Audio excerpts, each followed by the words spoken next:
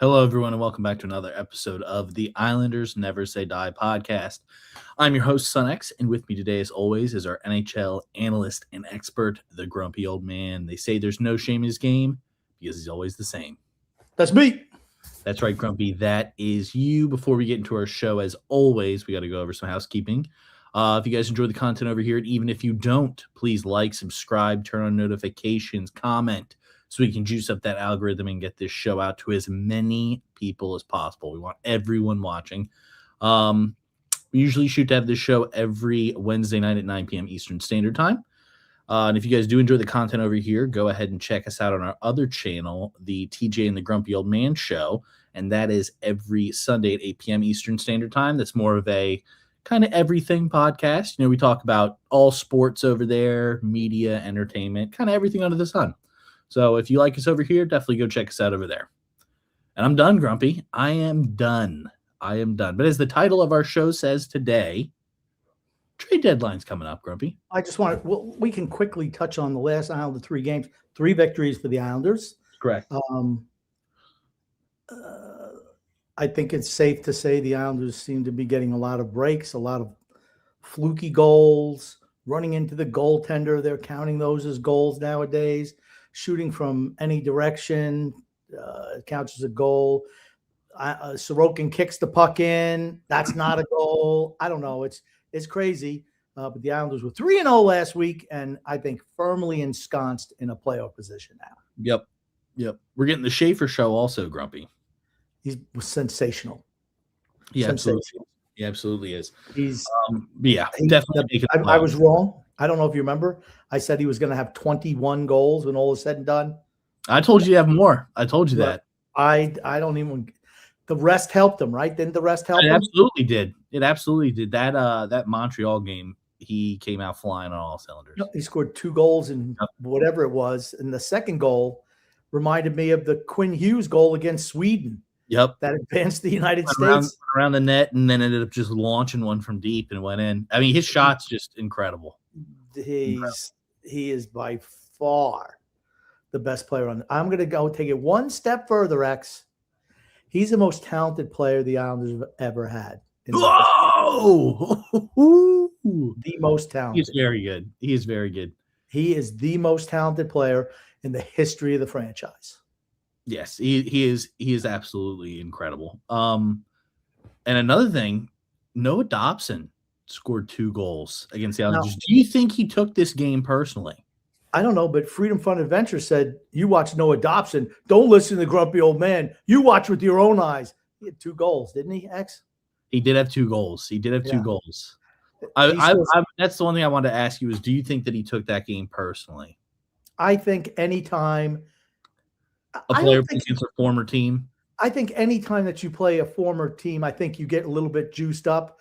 But he's been real good all year. He's been real good his whole career, regardless of what some Islander fans will say. And like I said, he had a good game. I'm not surprised. I thought he was going to have 2 goals and an assist. Do you remember, X? Yeah, you did. He wound up having 2 goals, no assist. But that was a game where the Islanders didn't even touch the puck in overtime until that breakout with like 3:13 to go in overtime. They didn't touch the puck. So, but I mean, Islanders, big win for the Islanders. They scored a couple late goals with the goalie. Montreal's terrible, though. I don't know how their record is. Just they must have turned the puck over 10 times in their zone by, instead of just chipping it up along the boards, just throwing it to the center of the ice. Like they're maybe 4 or 5 foot from the blue line. And it's like, oh, well, there's somebody here. I'm just going to throw it to the center of the ice. I'm like, what's the one thing you don't want to do, X? When you're trying to get out of your defensive zone, you don't want to clear it out the middle. You want to clear it out the middle. You want to clear out the boards. Use the boards. They I don't know how Marty St. Louis has a job. That's like hockey 101. You never clear it up the middle. You always want to clear it up the boards. And then the Columbus game, the Islanders were thoroughly dominated by Columbus. Columbus had like 5 straight minutes in the offensive zone. They did everything but put the puck in, was going behind Sorokin, hitting the crossbars, hitting both posts. And then, boom, Islanders score on some fluky goal, and 22 seconds later, they score again. And that's it. Then Columbus just fell apart, right? Yeah. Sorokin was great in that game. And then the last game against Florida had that game locked up. And then the Islanders score a goal with under a minute to go in regulation. Aaron Ekblad got walked around from the blue line by Anders freaking Lee. I mean, Anders, I'm like, what the hell? And Bobrovsky was terrible. He gave up the goal to Horvat, where Horvat just threw it towards the net from like right at the end line, or maybe a foot or 2 from the end line. I don't know how it goes in. The Islanders been getting an awful lot of those goals here. Lucky bounces, lucky breaks. Even, PK Subban said, you know what? That's like 5 lucky goals in the last 2 games for the Islanders. And they are.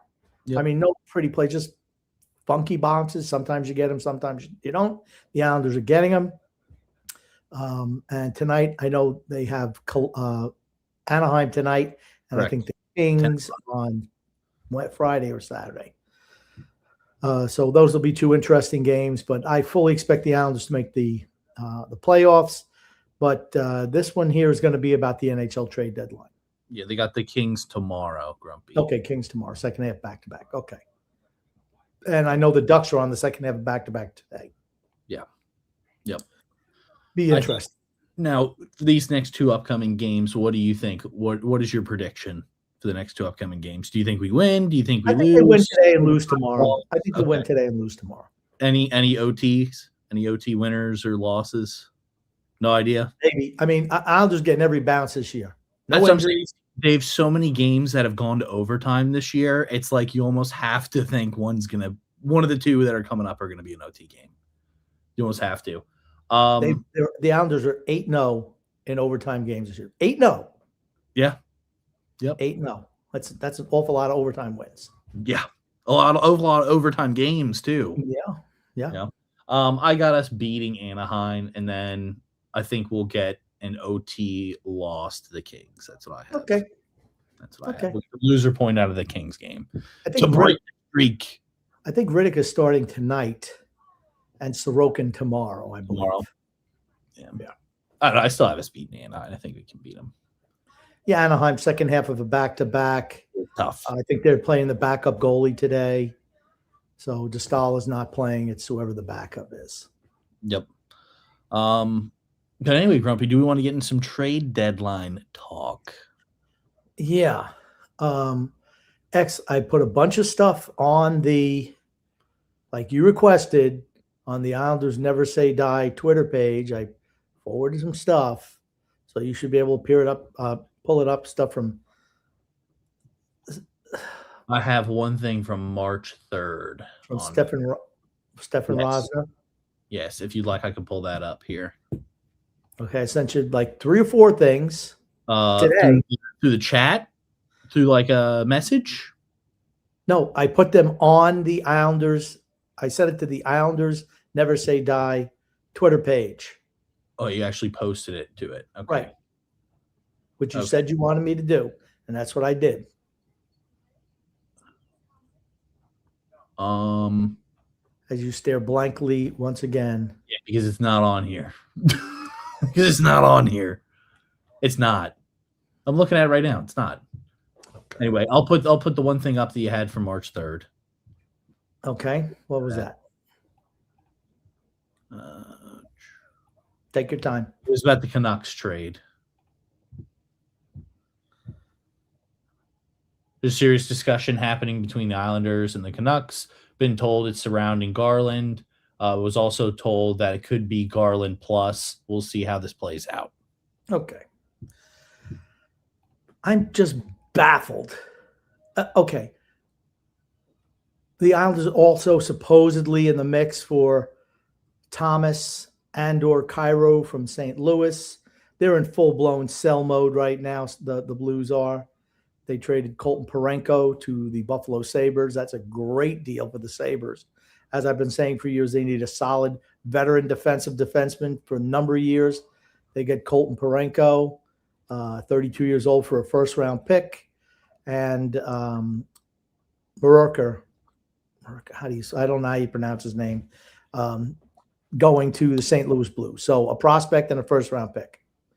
So you have to wonder, what would it take to get Cairo and/or Thomas, right? If I'm just looking at if I'm willing to make a deal, if I'm an Islander fan and we want to impact this year and going forward, it would be for Cairo or for Thomas, not Connor Garland. Connor Garland he's 5'8". I think he's got 7 goals this year. He's not been good for the last couple of years. Can you bring up Connor Garland's numbers? The last couple of years. I mean, he had a pretty productive season maybe 3 years ago, but he's been MIA the last couple of years. I think this year he's got 7 goals. And here's the worst thing. He's 30 years old, and next year he starts a 6-year contract extension. Why would you even consider trading for someone like that? I mean, do they not have enough old guys on the team? I'm going to tell you what, they're not moving Anders Lee or JG Pageau. They're not moving either one of those guys. Can you get his stats up, X? Yeah, I'm trying to spell his name correctly. I don't know how you spell Connor. Garland. Just put his last name in. Yikes. Oh, there. Spells his name a little differently. Just go with the last name. Can't go wrong with that. Can we get it up? Yeah. There it is. Okay, 26 points in 49 games, a -14. No, I'm sorry. Scroll down can we see the last number of years of what he's had? Oh, okay, that's game log. Keep going. There we go. Okay, went too far. There we go. What is so special about Connor Garland? I don't know. You tell me. Nothing really. I mean, 50 points last year, 47 the year before, 46, 52. I mean, there's nothing special about Connor Garland. And he has a 6-year contract extension getting ready to kick in next year. I mean, are these the type of guys that you want to be adding to the organization? You're locked in for a long time. I mean, I saw somebody, one of the imbeciles on Twitter, type in and say, oh, well, I think it was Stefan, so I don't want to call him imbecile, but he says that he knows, how to manage the cap. He's really good at managing the cap. He's only going to do something that works for the team. Okay. Can I just talk about the things that he's done since he's been GM, if we think he knows how to manage the cap? I mean, he's scheduled to get $6 million per for the next until 2032. I mean, that's another 6 years at $6 million per. And the guy right now is 29 years old. So he'll be 30 when his contract kicks in. You want to take a guy like that, 5'8", going from 30 to 36 years old? Not me. I'm sorry. I don't want anything to do with Connor Garland. Then, he strengthens the bottom six. Does this team need a bottom six guy? We're screaming for scorers, screaming for top six talent, have been for years. And it's like, well, maybe it'd be like a first-round pick. A first-round pick for Connor Garland? What should it tell you about what you should be doing at this deadline? Selling. Because Anders Lee and J.G. Pajot have been way better than Connor Garland. And if this guy's going to give you a first-round draft pick, what could you get for those two guys? And again, I'm just going to say it again. A good general manager doesn't think about, okay, I need to think for the next 2 months. You have to think for the next 5 years. That's your job as a general manager. Yep. It's not, here's what you're going to wind up hearing. Oh, well, we owed it to the guys in this room to keep everybody. How many times you got to listen to that crap? Guys in this room are the ones you need to be getting rid of. Like, what don't they understand? Just going nowhere. Maybe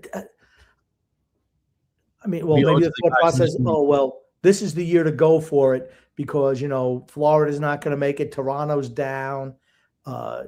Jersey's not good. Washington's out. I don't care. Why do you owe mediocrity anything? It's not about this year. It's not about this year. You should be building around Matthew Schaefer, not by adding guys who are over 30. That's not going to help Matthew Schaefer. Where would this team be without Matthew Schaefer? They'd be the Rangers. That's what they'd be, the Rangers. A bad team. But the Islanders do have him. And if you want to, like I said, if you want to add a Kyrou or a Thomas, I'm for that because those are guys you can build a team with. And you should still move Lee and Pajot to rebuild assets, to get assets back. I don't think that's what they're going to do. I don't think they're going to do anything, honestly. Here it is. Every team wants to add a top six forward if they can. Matthew Darce has the picks and the prospects to be in the conversation. The picks and the prospects, yikes. For the big names out there, but don't expect him to overpay. He also has a strong grasp on how to manage a cap. Really? Because he brought in Anze Palat, who's got this year and next year over $6 million for a guy who's 35 years old. That's not managing the cap. You wound up giving up a second-round draft, I believe it was a second-round draft pick, and you didn't. The Devils didn't eat any cap on that. That's not smart cap management. Grumpy, he is managing the cap. He's managing to have no cap space. That's what he's doing.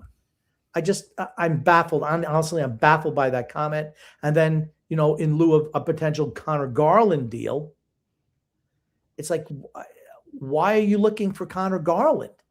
He doesn't bring anything to the table that anyone else couldn't bring. What's the difference between him and Anthony Duclair? Now, I hear the Islanders absolutely want to get rid of Anthony Duclair. Yes. Which should tell you something. Again, another team bouncing him, right? Another one. When do you think teams just don't take a chance on him anymore? What isn't it been? It's what is it? It'll be 5 teams now that he's been bounced. He's been on 9 teams in 12 years. 9 teams. Oh my God. 9 teams. You know what it tells me? Because it's not like he doesn't. It's not like he doesn't put the puck in the net. He's not a good mix for whatever locker room he's been in. No one keeps him. No one keeps him. Yeah. No one does. And again, why would you want to add somebody who's got 6 years on his deal? It's just dumb. It's just really dumb. I'm just baffled. You see a team like I said, Buffalo today. Jarmo Kakalainen. That's the GM I wanted the Islanders to hire, not Peter Pickleball. Who I'm telling you what, I don't know how people are going to grade him. I'm not giving him the offseason. I'm just not. This trade deadline is it for me. So far, what I've seen for him is he doesn't know what the hell he's doing. Okay, Isles Den posted Connor Garland's name here a few months ago. He's a very solid player that won't look lost in the Islanders' top 6 in his own end. If you don't like it, you probably haven't watched him play that much. This would be awesome. Again, he doesn't know what he's talking about. Sorry. No. Connor Garland blows. Okay? He is what he is. He's not very good. He's not the answer to any. Again, the contract. Why would you take on a contract of 6 years at $6 million per? Why would you do that for a guy who's he's a jag? That's what he is. Just a guy. That's what he is. There's nothing special about Connor Garland. You could sell me on Robert Thomas and Jordan Kyrou. You could absolutely sell me on them. Not Connor Garland. Absolutely not. You want guys who are in their 20s, mid-20s, 27. I'm only 26 and 27 years old. I'm willing to roll the dice with those guys. 5 more years up for each left on their deals. I mean, he's right wing one on a team that has 18 wins all year. That's not good. He sucks. That's not he good. Sucks. He's terrible. There's a reason they're dead last in their division. He's got 7 goals. Yeah. He's got 7 goals. That's not good. And again, what's the thing that the Islanders need? They don't need guys who can get assists. They need guys who can put the puck in the net. A bunch of guys who pass the puck around, but nobody who can finish. I'm just not. I don't think he's going to do anything. And we'll talk about our predictions at the end and get percentages. But for me, it's just disappointing once again. The Islanders totally clueless to where they are as an organization, which is just a run-of-the-mill team that has a absolutely generational talent. Yep. That they have. They have one guy. If I'm the Islanders, I'm open for business, and I'd say if you make me a good enough offer for anybody on this team, accepting number 48, we'll take it. We'll consider you. Yeah. I'd be willing to listen to anything, but I'm not listening to anything for 48. But anybody else, make me an offer. I'm not saying I'm going to trade something, but just, hey, we're open for business. It doesn't sound like Darce is open for business. I don't think he knows what to do. He's just reactionary. I have no faith in him. Absolutely none. Okay, I have to put this up real quick. Freedom Fund Avenger sent this. Islanders in Vancouver have stopped talking about Garland. SunX post this to shut Grumpy's up 15-minute Garland diatribe. The fact that we were even in on Garland is enough to fire Darsh. That's enough to get him fired. Just even talking about Connor Garland. I know that they're out on him. I know that they're out on him. But the fact that they were even discussing it just shows you what a moron Darsh is. Darsh sucks. Oh, that's funny. I'm sorry. He's a bottom 5 general manager. And you know what? He's going to be yet another fired Islanders general manager when all is said and done, who will never get another job as a GM. You want to know the last GM of the New York Islanders who got another job? Bill Torrey, our first general manager. Oof. I don't think Darcy Regier was really a GM. If he was, it was just for a couple of weeks, so I don't even count him. He went up to be GM of Buffalo. But you look at Don Maloney, never got another job. Neil Smith, never got another job. He quit after 40 days. Matter of fact, he quit and he didn't want to be GM anymore. He led the Rangers to a Stanley Cup, their only Stanley Cup since 1940, and he went to be a GM for the Islanders. 40 days, he's like, nope, this place is a freaking dumpster fire. I quit. And he never took another GM job. It soured him so bad. Milbury comes in, never got another job. Garth Snow, never got another job. Lou Lamoriello, never getting another job. Matthew Darsh, never getting another job. This is where GMs go to die. Or maybe they just don't know how to hire good GMs. That's a distinct possibility. Or guys who are just past their peak, like Lou Lamoriello. I have zero faith in Matthew Darsh. Zero. No faith in Matthew Darsh. Yeah, I just don't feel like the team is good enough to go anywhere with the current state. Why are you adding pieces? Why would you add? What are you looking to do? What's your mission statement? What's your goal? Give me a 5-year plan. Another failed playoff run. I mean, that's it. That's the only thing you could be looking to do. I mean, you're not going to be able to bounce goals in. Matthew Schaefer scored a goal that bounces off the goalie's helmet, hits off the crossbar, back off his back, roll. I mean, come on. That's just these are lucky goals. Yeah. That just doesn't happen. I'm not even Anderson saying grabs that. a puck up here, throws it down, pumps. I don't even care about that you're getting the lucky goals. But you're not going to get that in the playoffs. But here's the thing. The team you can never beat and won't be able to beat is the Carolina Hurricanes. And you're still not going to be able to beat the Carolina Hurricanes. Nothing is going to change. You adding a couple of pieces before the trade deadline is not going to help you get over the hump of beating the Hurricanes. It's just not. They're better. They are better than us. Period. You're going to need to rebuild the team to beat them. X, did Freedom put out any comments about the great Noah Dobson, or is he going to be a little church mouse when it comes to that? There are some comments in there that will be popping up. Okay. There will be popping up. Do you want to get into some comments, Grumpy? Well, I just want to finish talking about the trade deadline, and I mean, we're supposedly in on some players. Are they going to make any deals? I don't think so. I just don't. I don't know. I still would like to see us trade away Lee and Pajot. That's not happening. I'm going to tell you, when they're talking about adding players, here's the thing. Matthew Darch isn't bright enough to add and subtract at the same time. No, I'm sorry. This isn't your 3:00 wiffle ball appointment, that you have to play with the buddies out there. It's not this. It's not just going up there and say, hey, I want to have a 3:00 appointment and then a rub down afterwards. No, he's not capable of doing two things at once. Adding and subtracting, no way. I'm just saying, look at what you could possibly get for a guy like J.G. Pajot and a guy like Anders Lee. A first-round pick and a prospect, apparently, right? At least, right? That's at least. That's the going rate. It's all about building around Matthew Schaefer.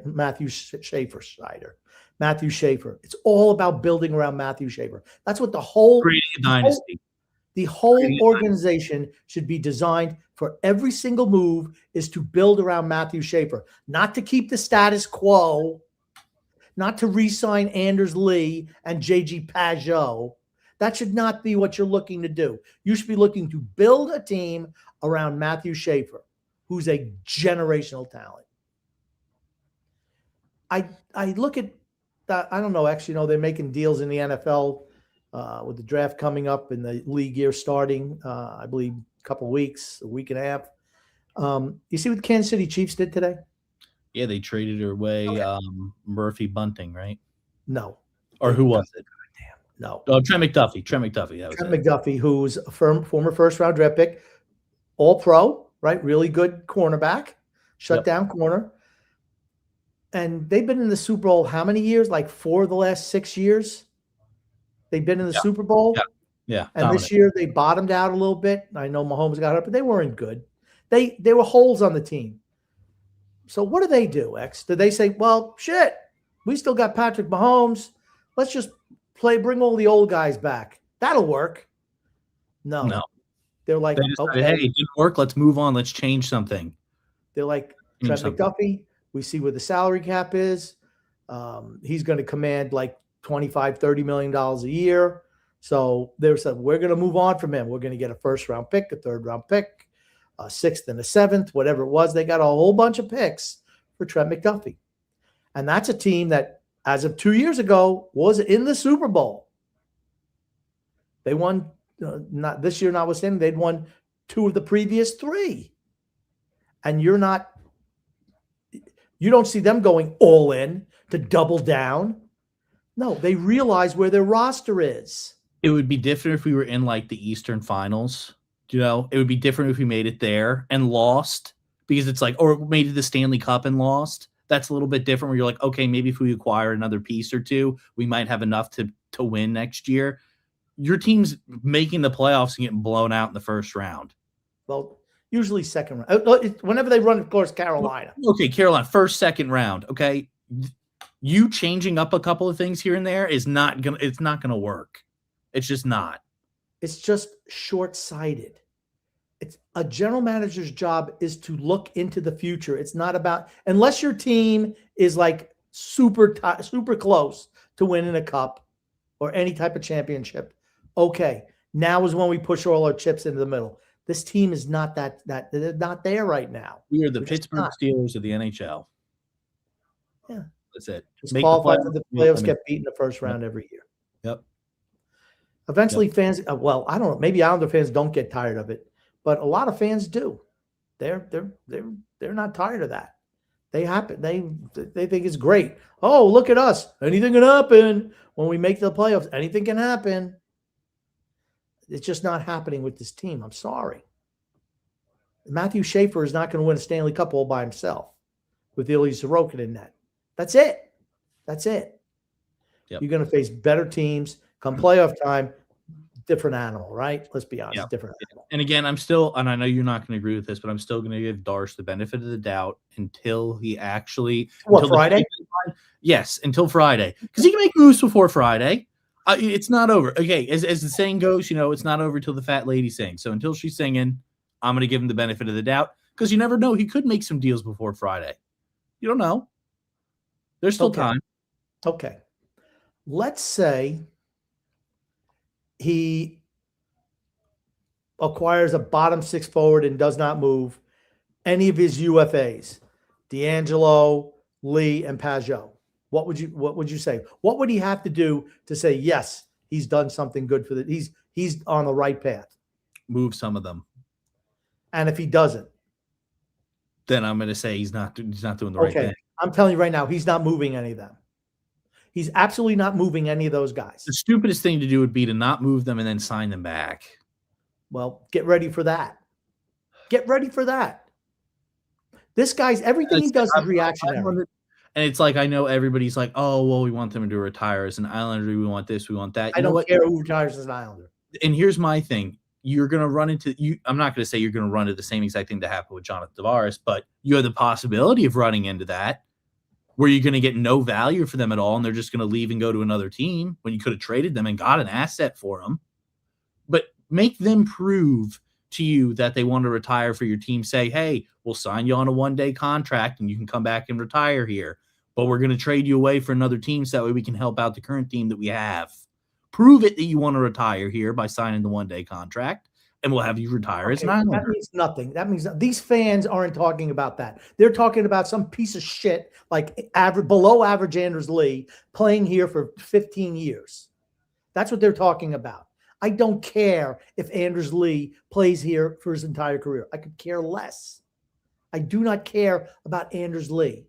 I care about the health of the Islanders franchise. Yeah, that's what it's about. Have a feel-good story with Anders Lee playing here his whole career, or would you rather win a Stanley Cup? Or have the possibility to win a Stanley Cup? I don't think they even think like that. I don't think there's any Islander fan who thinks the Islanders win a Stanley Cup this year. None. Not a one. So then what are you doing? What are you doing? If that's the case, what are you doing? You're not getting better. You're not getting better is what you're doing. Just to make sure you squeak in the playoffs? Is that what it's about?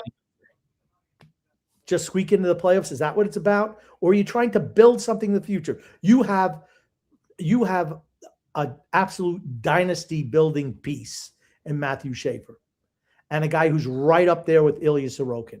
Other than that, there's nobody on the Islanders that stands out.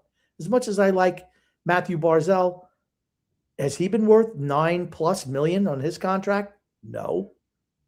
Is Bo Horvat worth $8.5 million? No. There's nobody on this team who earns their contract except for Schaefer and Sorokin. Yep. I mean, those are the only two guys where you can say, man, they're getting value, particularly Schaefer, astronomical value for him. Contract, yeah. I mean, he's like I say, he's generational. Yeah, he is. You have to, if you want to trade, like I said, for a Robert Thomas and a Jordan Kyrou, okay, do it. Move off your other UFAs, who it doesn't matter. They're going to be dead and buried by the time the Islanders are good again. Anders Lee, Tony DeAngelo, JG Pajot.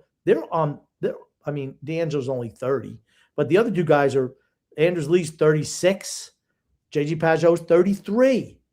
Move on from them. They're UFAs. Cash in on those UFAs. Get more assets. Use assets to get a Robert Thomas or a Jordan Kyrou. Absolutely. We're young. Those are younger guys in their mid 26 and 27 years old with contract extensions in place for the next 5 years, both of them at $8.125 million a year.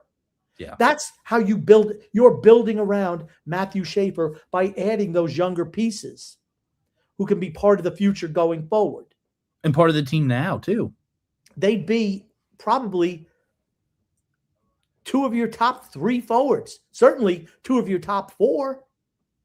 Then you can have a Barzell and a Horvat with Thomas and Kyrou.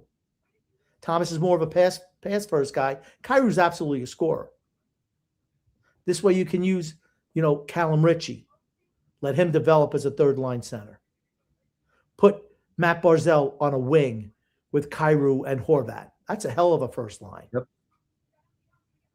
Right? That's a really good first line.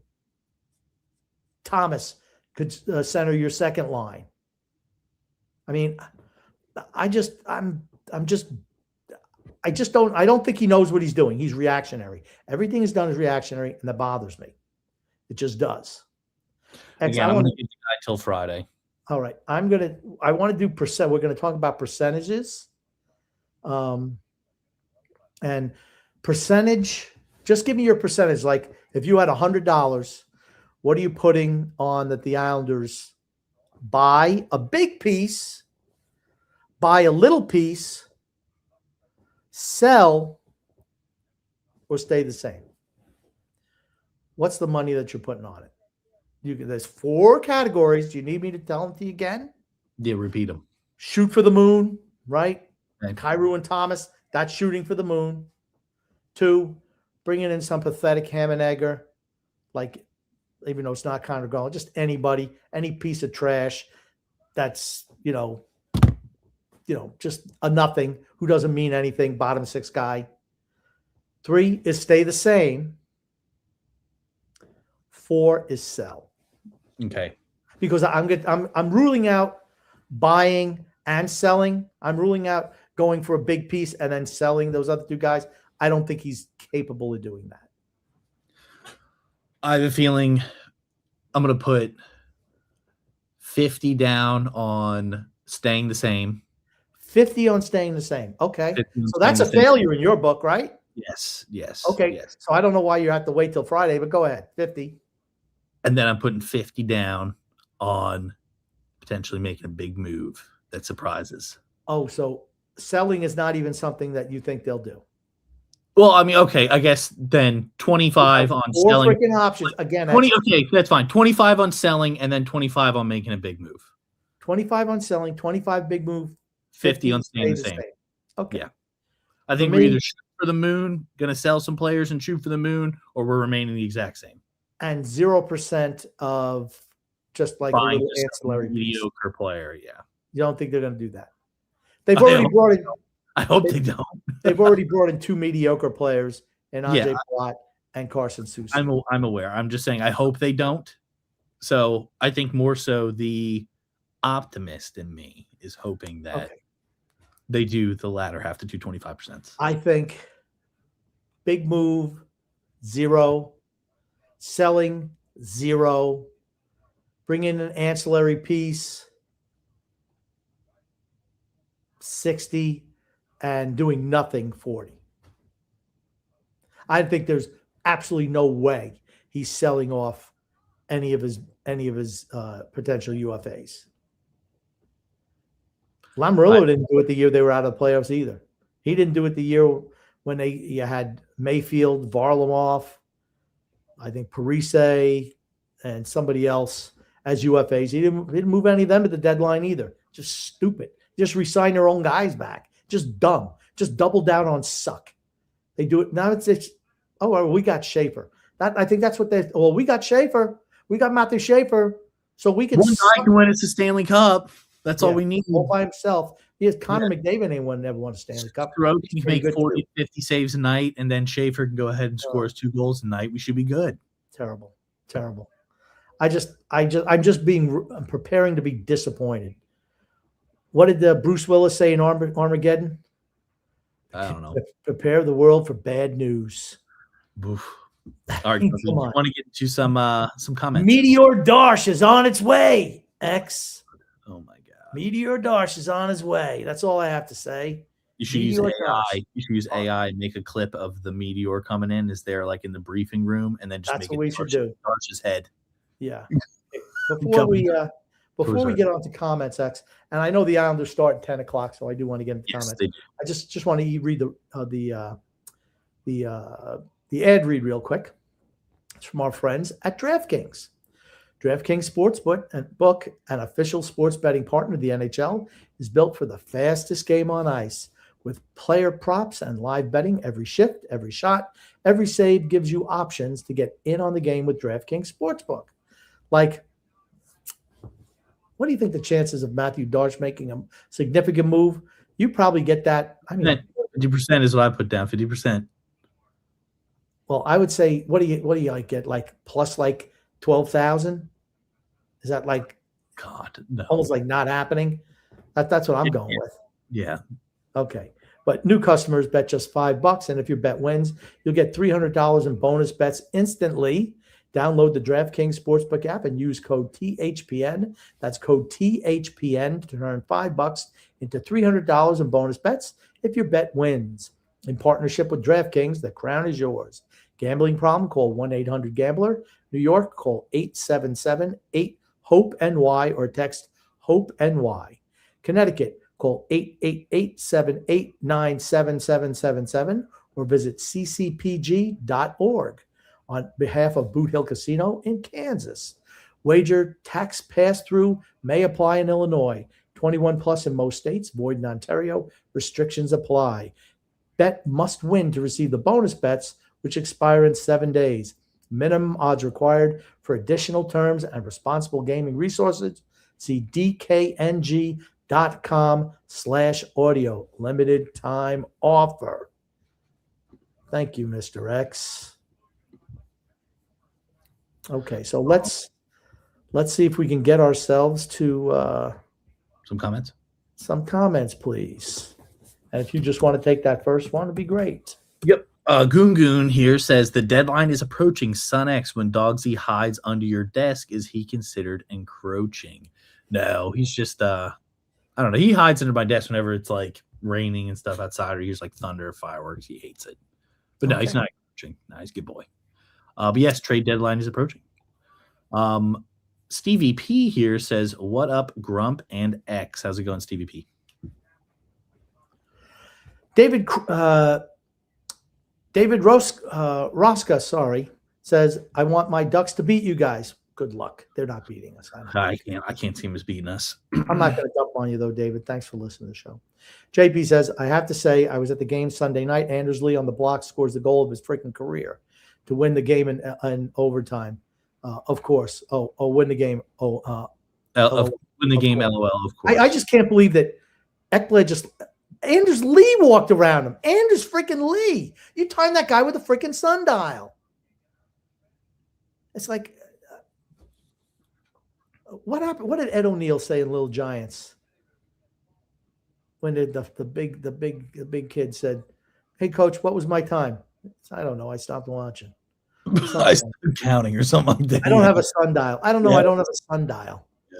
That was the kid who had the peanut butter and jelly sandwich in his helmet, right? Freedom Fund Adventure says, "Tonight I will state goals and observations concerning the deadline. Having watched this show for a while, I learned that 30-something-year-old males offer almost no value and are expensive. Budget drainers." You know, it's funny. That is so true, Freedom. X, how old are you? No comment. He's 30. State Survival says, "Schaefer for the Calder, the Norris, and the Hart." He's going to win the Calder. He's not going to win the Norris, and he's not going to win the Hart. How long is it before he is the best player in the league? I don't know if I'll say that would be the best player because he plays defense, and he plays on this team. So his numbers are not going to be what they should be. 2 years, I'm giving it. I say for Norris Trophy, 2 years. Yep. I think he's going to be the best defenseman in the league. I mean, there are a couple other guys who are really good, but he's better than Cale Makar. I'm sorry. He's better than Cale Makar now. He plays defense. I have to put this up. This has absolutely got to be a troll comment. It says Romanov. Romanov deserves the C. Oh my God. Yeah. I'm sorry. He's a cuck. I mean, that was the other step. Oh, he knows how to manage the cap. You gave Romanov an 8-year contract at $6 million per. He freaking blows. The worst player in the league. I don't know if that was a Lou promise. I don't know if that was a Lou promise that was made ahead of time. It doesn't matter. He signed off on it. Was a reactionary move to Noah Dobson leaving. That's what it was. It was a panic. Everything he does is a reactionary move. That's what it is. Every single move is a reactionary one. Oh, this didn't work. I got to do something. Stop.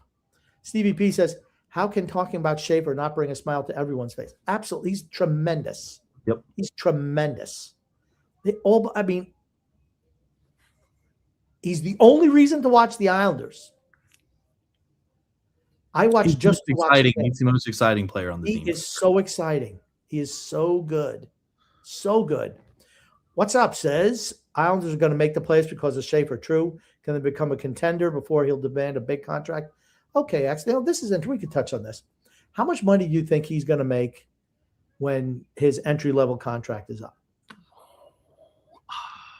How much do you think he should ask for? If he continues on the trajectory that he's on. 15+ mil a year. It's funny. That was Phil was saying. I'm saying 13.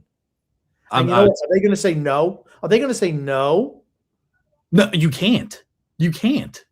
He's the best player on their freaking team. I wonder if he has maple leaf pajamas like the other guy. Oh my God. You know what? That's fine. We would trade him, and I'd trade him 17 first-round picks. Or you could just say, I'm leaving as a free agent at the end of the year.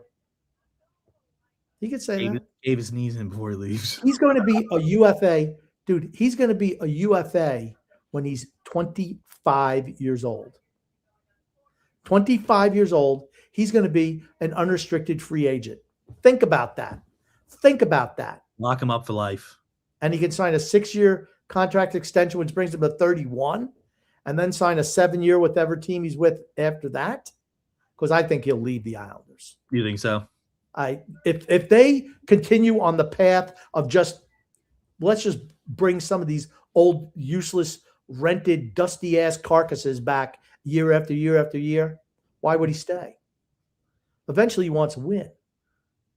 That's true. Why do you think Connor McDavid only signed a 3-year extension in Edmonton? There's a reason. So he can go somewhere 3 years. You got 3 years to do what I need to do to win a Stanley Cup for Edmonton. That's why he did it. That's it, right? He's not giving another shot at that. Not happening. Nope. You can only sign right now players to your own team to 7-year extensions. So definitely have to try and sign him to a 7-year extension. I mean, I don't know. It depends on how the kid is. Maybe he's loyal and wants to stay. And that's when he hits UFA. I'm talking as an RFA, he's going to make $13 million a year. Because if his agent says, you got to give me the moon, okay, can we give you Mars too? We'll drag them both. Honestly, a team that doesn't win, though, you got to throw money at players to get them to stay. It's a little different if your team's winning every year. You don't need to throw as much. But if you're not winning anything and they're just, hey, I'm here to play, you got to give them more money if you want them to stay. You have to. I'm not saying we suck. I think we're an above average team. But that said, if the kid's continually not winning anything, he's going to want to leave and go somewhere else. Right. I mean, he's competitive. Unless you pay him. Money talks. He's a joy to watch. He is. State of Survival says we should have gotten Uyghur. That would have been the perfect piece. Really? Mackenzie Uyghur? He went to Utah today. X, can you tell us what the return was for? Yes, it was for Mata prospect 3 seconds. 3 second-round picks? Yes. Ali Mata, that's just to make the money work. And what else? Yeah, so it says the Utah Mammoth acquired Mackenzie Uyghur from the Calgary Flames for Ali Mata, Jonathan Casteng, I probably butchered his name, Castenga, and 2026 second-round pick, 2026 second-round pick from the New York Rangers, and then a 2026 second-round pick from Ottawa. Okay, so 3 seconds. Okay, I guess Utah. Uyghur is signed for a while. So I mean, I guess. And how old? I don't think he's that old. The Castanga kid's 20. Uyghur is 32. And then Uyghur's 32. How many years does Uyghur have left on his deal? Uyghur's at 3 of 8, and he's getting paid $6.25 million a year. So he's got 5 more years left after this one. Correct. His contract will be up in 30/31. Okay. So he's got 5 years left on his deal. And you gave up 3 seconds and a player that was just to make the money work. Here's the thing. Utah is not they're not, they're not at the top of the cap. They're a young team. That's a trade that works for them. Was it really work for the Islanders? I don't know. The Uyghur will be 37 when his contract is done. Yeah, I mean, which he'll be done at that point. A lot of people think more of Mackenzie Uyghur than I do. He's more of an offensive player. He doesn't play a whole lot of defense, like a lot of these, smaller defensemen. 3 goals, 18 assists. He's got 21 points in 60 games played, minus 35. Yeah, well, he plays for Calgary, so his number's going to be bad. But he's not great defensively, and he's more of a puck mover. Okay, yep. But maybe that's what they feel they need. Maybe they're going to put him with Sergachev. I don't know. We'll find out. But they're making moves. And like I said, I loved what Buffalo did today. Can you pull up the Buffalo return again, Mr. X? Yeah. Ooh. This Colton Parenko, I know, is 32 years old. He's a rock-solid defender.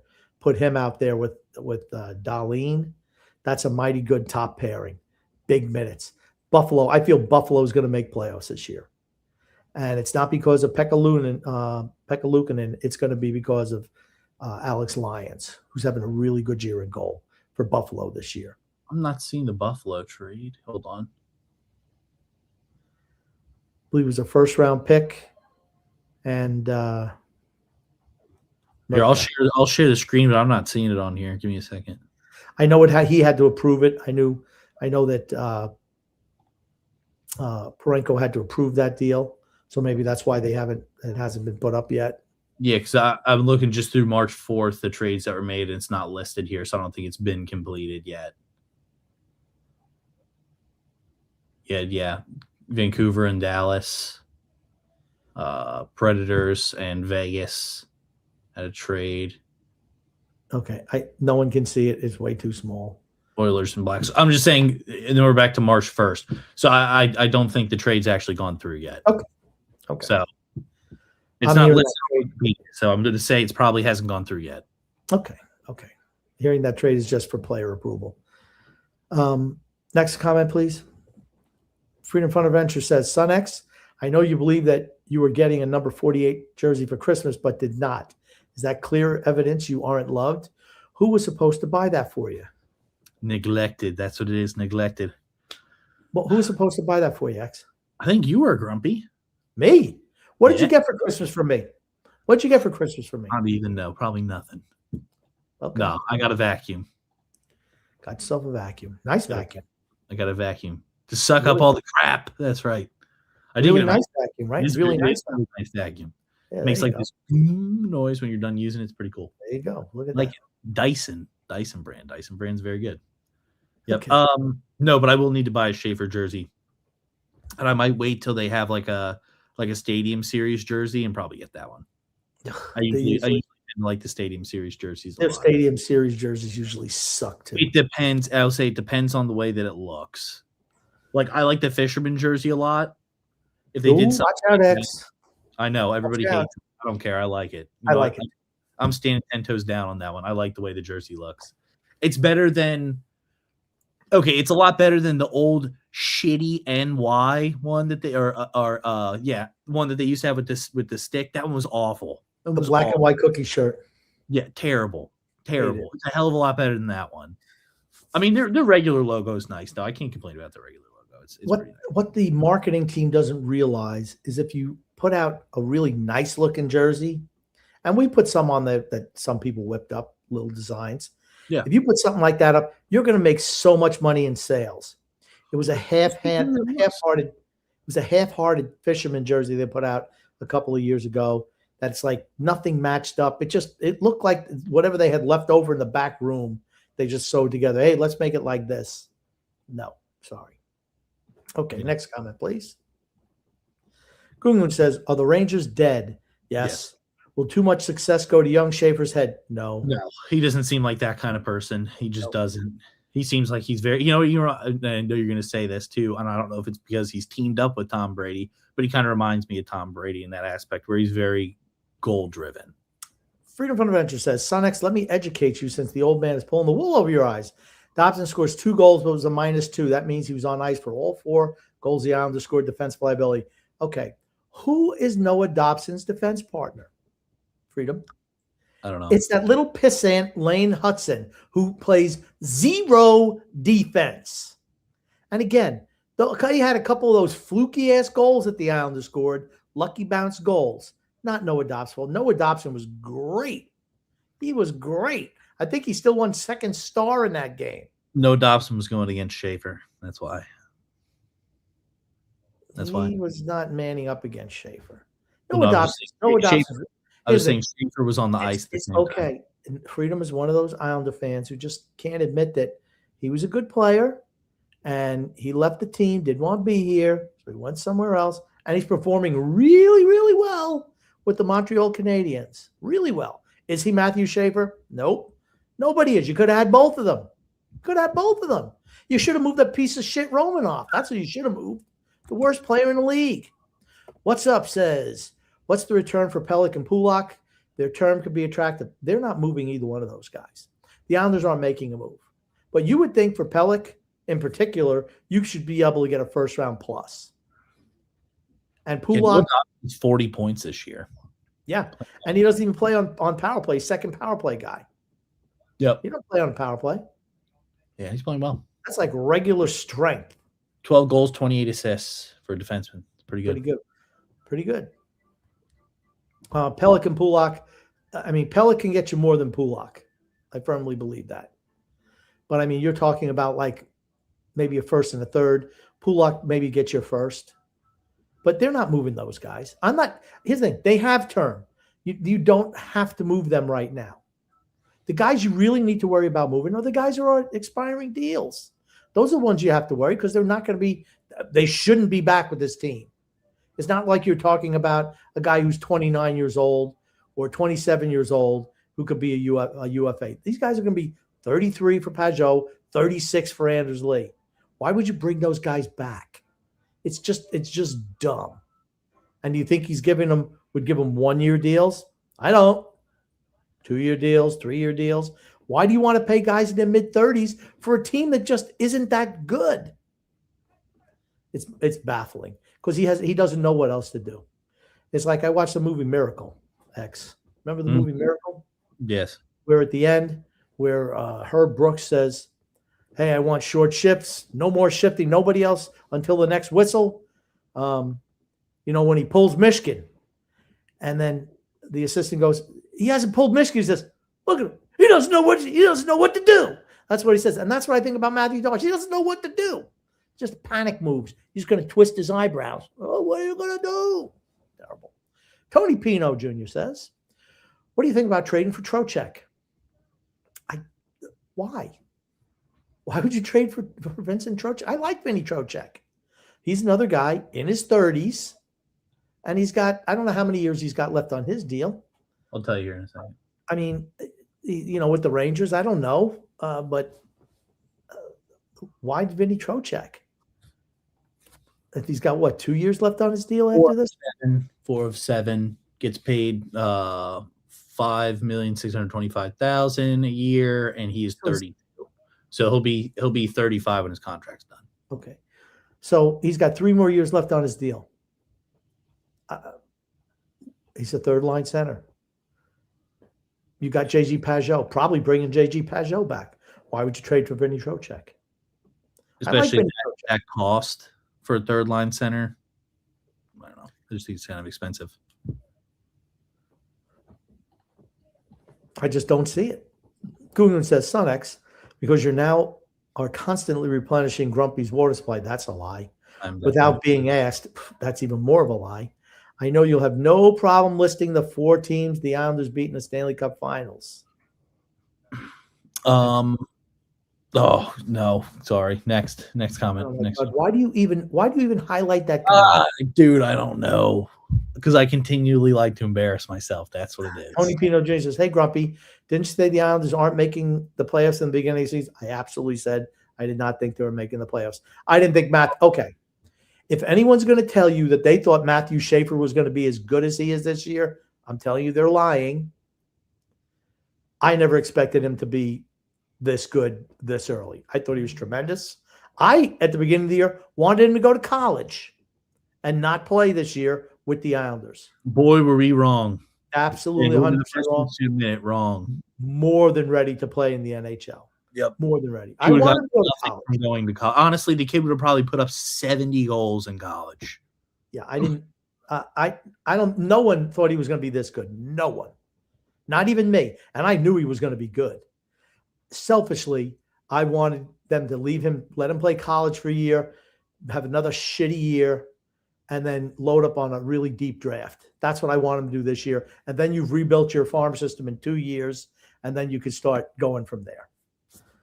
Tony Pino Jr. also has heard they're going for Garland. They were, but probably Vancouver asked for a second, and Darce said, I can only give you a first. And like, what are you, stupid?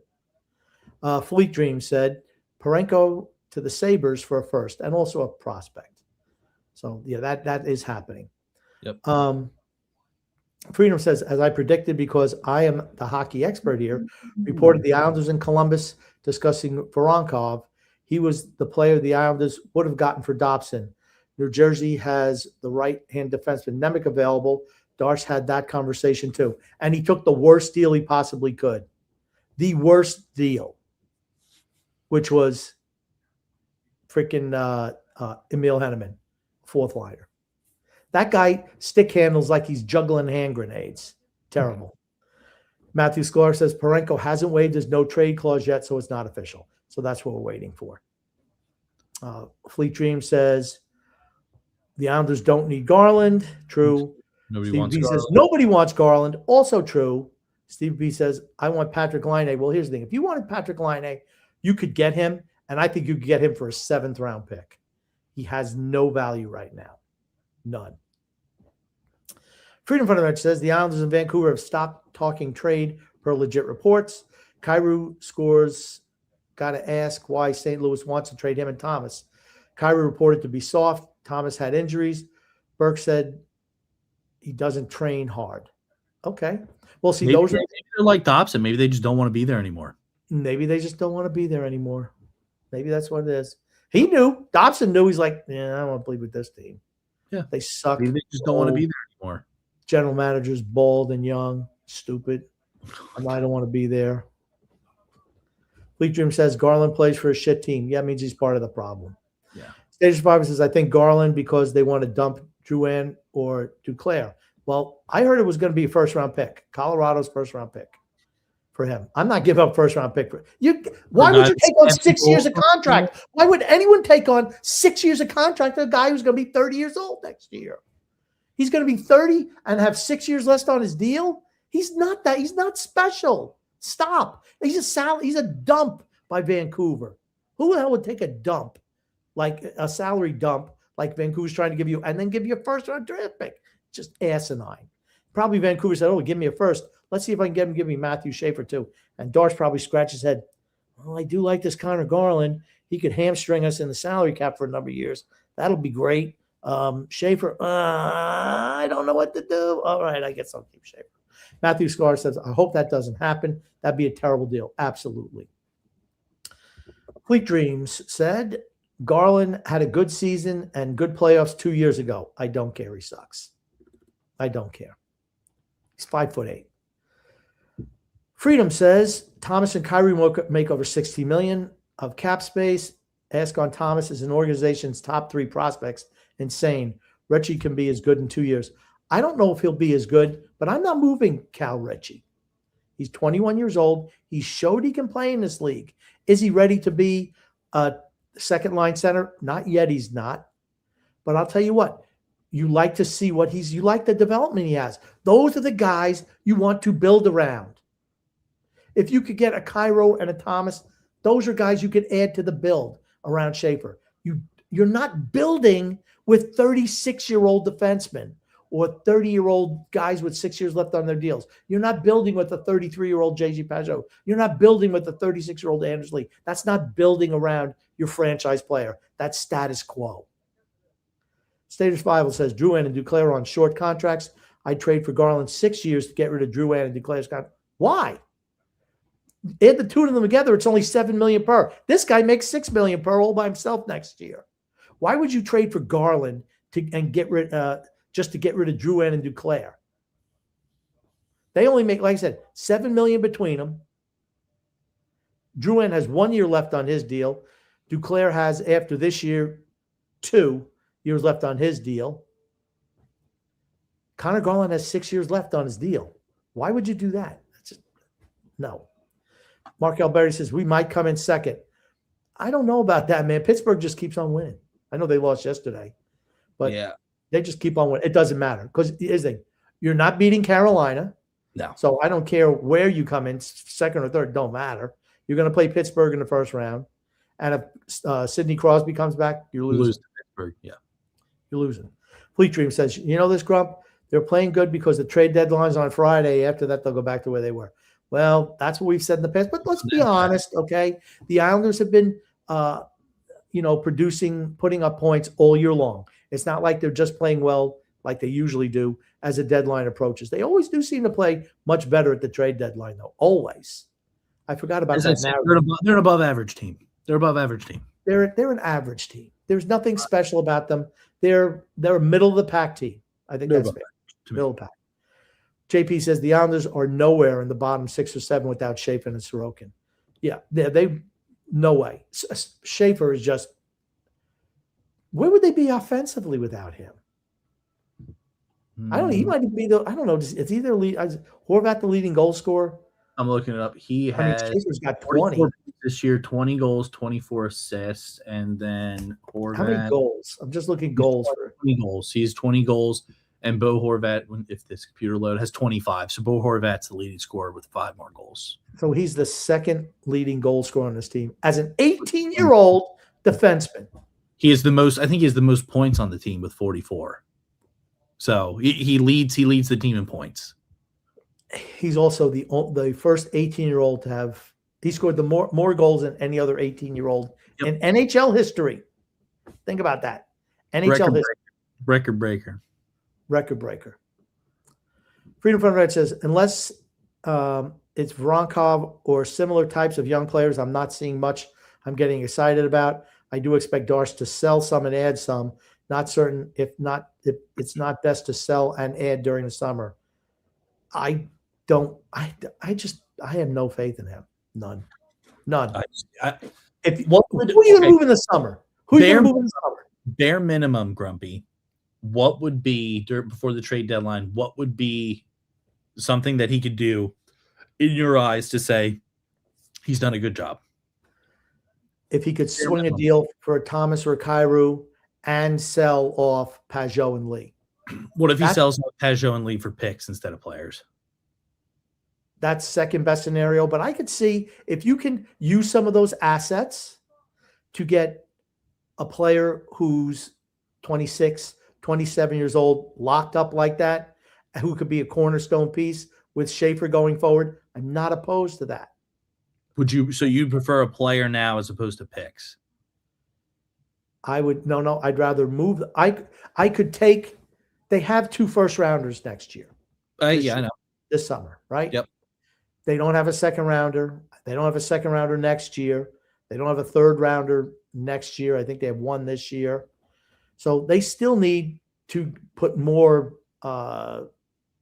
They still need more draft picks. Yeah. They absolutely do. But if you're willing to move a first, like Colorado's first, and Keyshawn Aitchison to get yourself Jordan Kyrou or Robert Thomas, and then you move Anders Lee and J.G. Pajot and Tony DeAngelo and get a couple of firsts and a couple of 2s, I'm fine with that. That's adding and subtracting at the same time. I have no problem with that. I think that's smart. Pittsburgh has done it this year. Washington did it 2 years ago. Look at how it worked out for those teams. They traded off veterans, brought in some younger players. They're culling their roster of the aging veteran and bringing in younger players. Yeah. That's what you optimally want to do. Transition away from the old to bring in the new. I don't know if he's capable of that. He has not shown it so far. He has till Friday to do that. Will he? I'm highly skeptical. That's all I'll say. I just want to know, what will you do if he does do this? He gets full props next Wednesday. Full props. You'd have to get down on your hands and knees and I'll get down on my hands and knees. I'll say I was wrong. Full props. Oh, man. JP says, I'm convinced guys like Staple, Gross, and Rosner want the Islanders to tread water and suck forever. Well, they're not going to suck forever as long as 48's on the team. Tony Pino says, you're not open for business when you're in a playoff spot. You're a moron. Tony, you're submoronic. No offense. When your team's not, again, a general manager doesn't look at 2 months. He has to look 3 years from now. That's how you become a general manager. He shouldn't be a freaking fanboy. Oh shit, we're in the playoffs. We're going to get fucking ass blasted by Carolina. Yeah, that's great. Every year. Every freaking year. I mean, shit. It's just how many more years you have to get railed by Carolina to realize, guess what? We're never beating Carolina. Never freaking ever. Never beating Carolina. I'm sorry, Tony. You're stupid. I can't help you. I can't help stupid Islander fans. They're hard to deal with. They're just clueless. And I love you, Tony. We love you on the show. But it's just dumb thinking. Just dumb. You got to look towards the future. You can't just be stuck in the same, your same lane that you've always been in. Yeah, honestly, it's the Pittsburgh Steelers mentality is exactly what it is. Make the playoffs every year, get beaten It's the first round. It's great as long as we make the playoffs, we have a winning record. Woo! Woo! We're on cloud 9. Yay! Why do you think Islander fans go to games? Why do you think Islander fans are going to games right now? You think it's because they're in a playoff spot? It's Schaefer. That's right. It's number 48. They want to watch that elite talent. You take him off this team, we are the Rangers. They're the Rangers. They're an injury away from being the Rangers. Bottom 4 team in the league. That's where the Islanders are. And if you want to keep on doubling down on Anders Lee and JG Pajot's, great. That's the way to do it. Don't complain then when the team doesn't make the playoffs and then Schaefer ends up leaving because the team didn't do shit to keep him there. Don't complain then. Ponyboy Curtis says, Son X, please take some advice. Learn not to parrot all the Grumpy's diabolical takes and just think for yourself, man. The show can use some contrast with some optimism. I'm not optimistic. As I said, Grumpy thinks that the team is mediocre. I think that or thinks they're average. I think they're an above average team. I don't think they're just an average team. I think they're definitely going to make the playoffs. But that said, the furthest we're going to get to is Carolina. I think the Islanders are making the playoffs too. I'm just thinking realistic wise. If you can't beat Carolina, what does it matter? What are you playing for? If you can't beat Carolina, what are you playing for? The Devils made the playoffs last year. Does that matter? I'm just saying, what does it matter if you can't beat Carolina? You're still losing. You're still not winning. You can get I know you've commented before and stated, you're getting Matthew Schaefer playoff experience. I think that's great. I think that's absolutely wonderful that you're getting him playoff experience. That said, if he's still going to get that playoff experience regardless, why can't you move some pieces that aren't going to benefit your team, the next 3 or 4 years down the road for some players or pieces or draft picks that are? I just don't think there's anything wrong with doing that. A lot of Islander fans think that just being on the treadwheel to mediocrity is just the way to be. I don't know. Maybe it's because, I guess in other sports, teams that I pull for are pretty good usually. I get upset when my team loses. I think that they need to blow up the team when my team loses. I think that there's things wrong when my team loses. I think that there needs to be change that's done when my team loses. If my team has consistently made the playoffs year in, year out and lost to the same exact team, something's got to change. A change needs to be made. You cannot just continue to run the same people out there year in, year out and expect a different result. And not, hey, we're going to acquire some B tier player who is like, a decent second line player on another team. And we think that he's going to just come in here and be a world beater. Like, that's just not going to happen. You're going to have to make a big change for your team to actually produce and become, elite. The hockey gods smiled on the Islanders this offseason. Yeah, you have a guy like that now, though. You absolutely do with Schaefer, and I think Sorokin too. That's it. Why not go out and get another big piece? Why not? If you really don't want to sell anybody, go out and get somebody really good. Go out and get a really good player. I just don't know if people don't want to come to Long Island is the thing. I mean, maybe, obviously it's not like a great destination like a Miami or LA or, I don't know, insert another team here that's just better. I don't know. People have no problem going to play for the Rangers. They just don't want to play for the Islanders. It's different though. Like, yeah, I don't know. It's just different, I guess, for the Rangers than it is for us. It shouldn't be. They're what, 10 miles apart? Yeah, but I don't know. It's different. I consider them like the big market. I consider them like the Yankees, and we're like the Mets.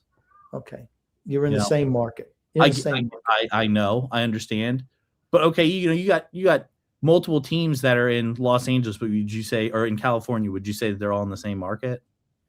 They're not 10 miles apart. I mean, they're in the same exact market. The same exact market. Okay, next, please.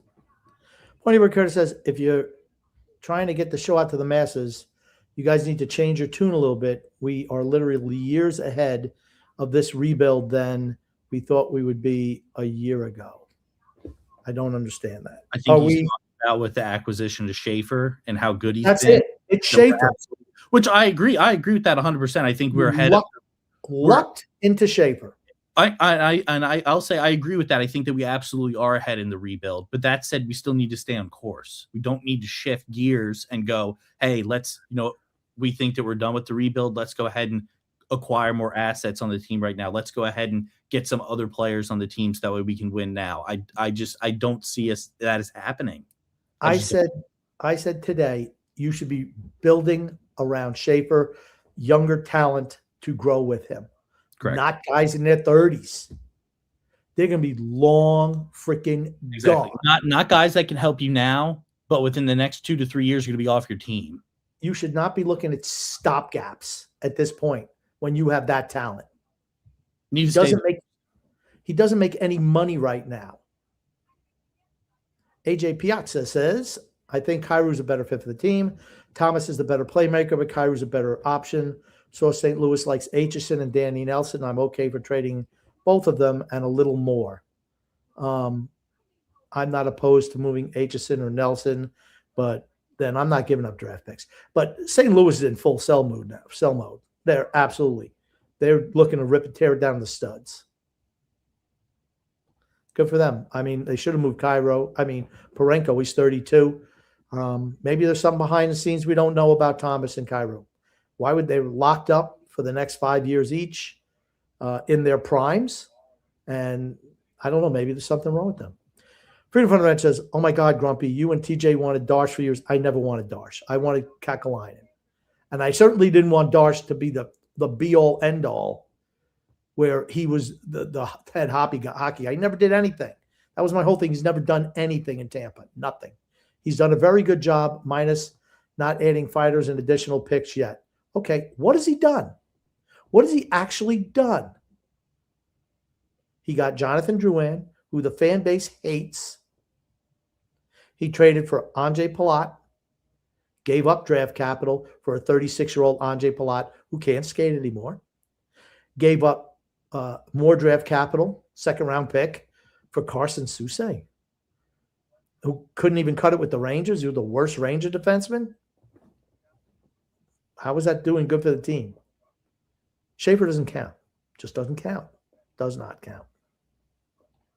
JP says if Darce can get a first-round pick for Pajot, he should be fired for not making that trade. Absolutely. Yeah. Look at what guys are going for. He's not going to make a move. They're not making a move. Peter Alves says, Grump, I usually agree with you, but until Darce makes a dumb trade, I don't agree. He is so bad for drafting and trading of Dobson has been spot on. Well, he had to move Dobson. He did, but he could have got a better prospect than he got. That's all I said. Emil Henneman, you could have done better than Emil Henneman.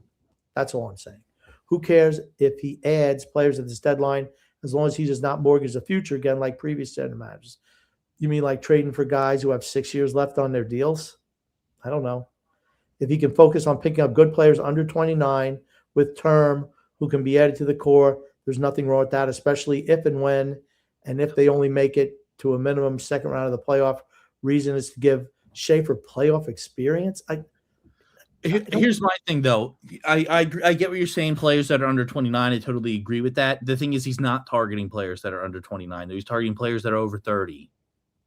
And I guess that's where we have the issue is we are fine with him, trading for, 26, 27-year-olds. But when you're bringing in 30-plus-year-olds that aren't going to be contributing when Schaefer's at his prime, his peak, that's not looking towards the future, right? Playoff experience is wildly overrated. Wildly overrated. Sorry, just is. For that kid, doesn't need it. Does not need it. He's a generational talent. He's not a ham and egger. No moment is too big for him. He should have been on the Olympic team. Should have been on the Canadian. If he was on the Canadian Olympic team, they would have won. They would have won. If he was on the Canadian Olympic team, there's no feel-good moment for the United States. I'm just flat out telling you that. Yep. You think he wouldn't have put that puck in that Devon Taves missed? Absolutely not. That kid is nails. He's really freaking good. I don't care about playoff. Who cares? Means nothing.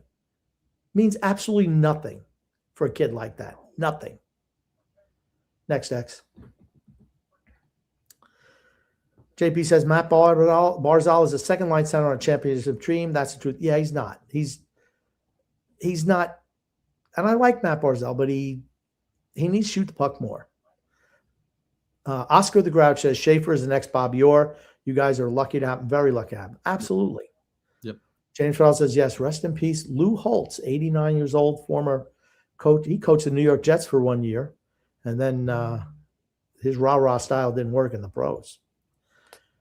Freedom from Red says, I don't want Lee and Pajot to retire as Islanders. I'm not worried about the Islanders re-signing 44. Why? Weak free agent market, especially for centers. The term and salary will be large, and he and his agent will not turn it down. Yeah, that's why you move a guy at the deadline. JP says, okay, if Schaefer turns out to be the next Paul Coffey, that'd be fine. Okay. Paul Coffey didn't play any defense either. He's better than Paul Coffey already. Paul Coffey played with Wayne Gretzky, Mark Messier, Glenn Anderson, that whole crew in Edmonton. And then he goes to Pittsburgh and plays with Mario and Yager. Bobby Orr changed the game for defensemen the same way Babe Ruth changed baseball hitters. True. Schaefer, like I said, when I watched him, just watching him on the ice, he reminds me of Bobby Orr. He's really good. Better than Cale McCarr already. Freedom Fund Adventure says the Islanders getting good value for Horvat and Barzal.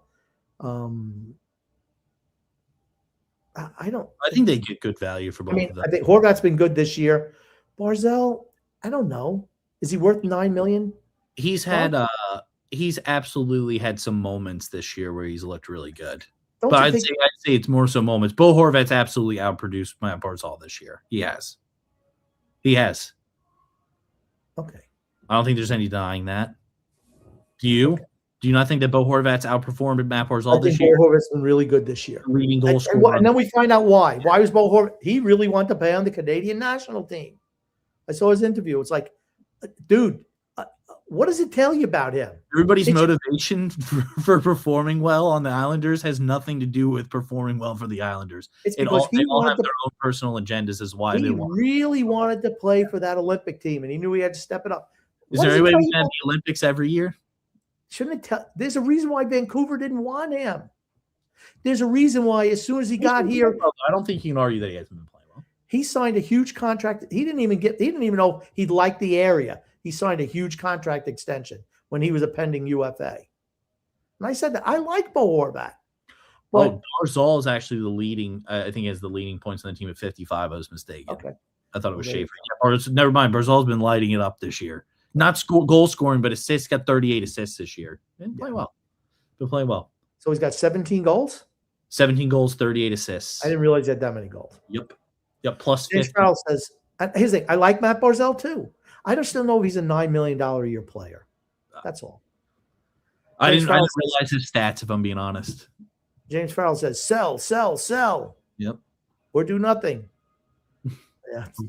They're not. I don't know. Oscar the Grouch says he would have made Team Canada's roster if we didn't put Taves on the team.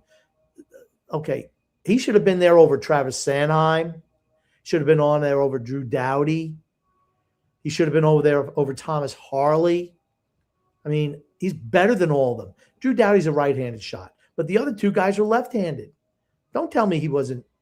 Devon Taves was your top pairing left shot defenseman. It wasn't Devon Taves. It was Harley and Sanheim. They brought the same guys back from the Four Nations tournament last year. It was dumb, and it wound up costing the team.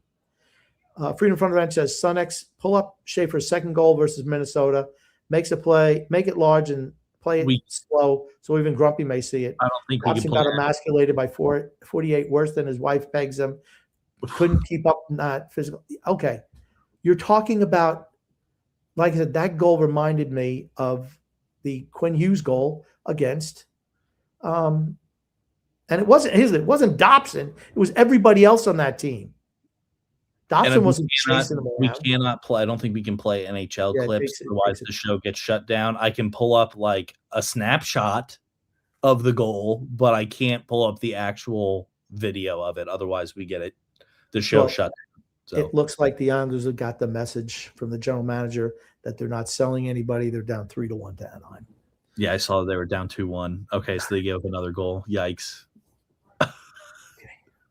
All right, well, I guess my prediction's not going to come true, I guess. So, well, we'll see. You never know.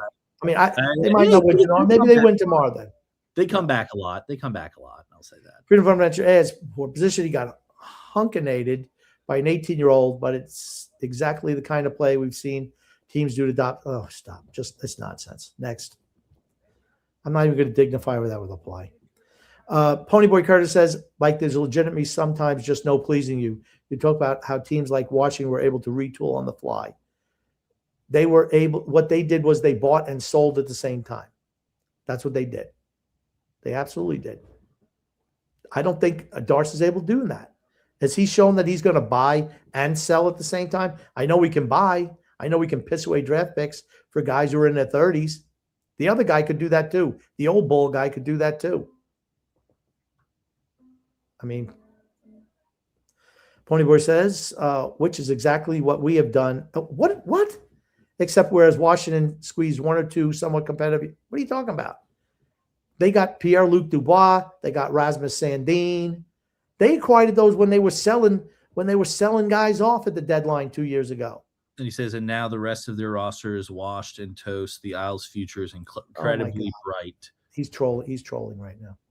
I'll say the only bright factor that they have towards their future currently that is proven is Schaefer.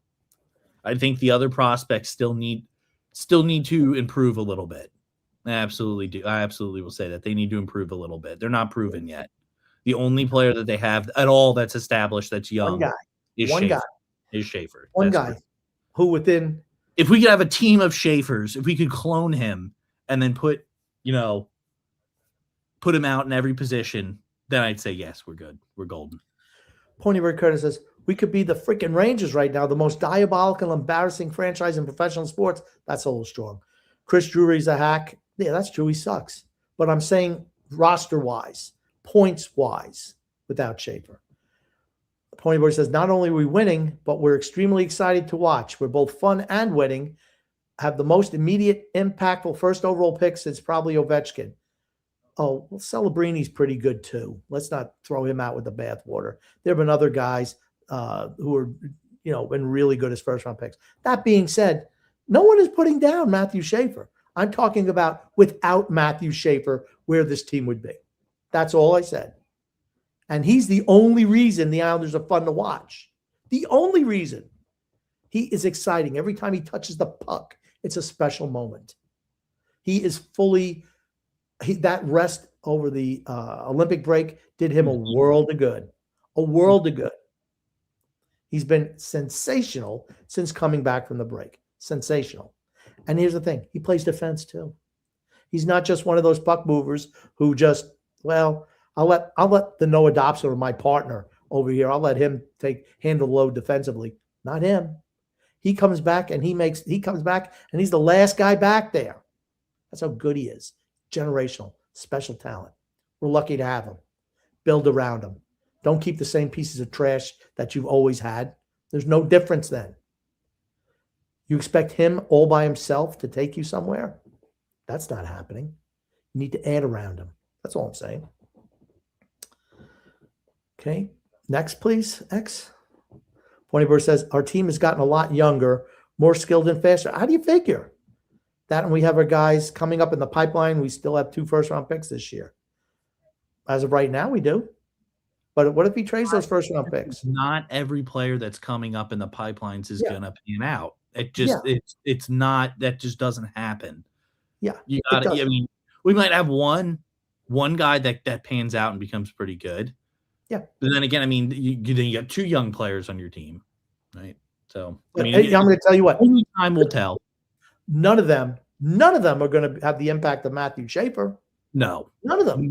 No shot None in of hell. them. No shot in hell. It looks like Eklund's going to be the best so far out of all of them.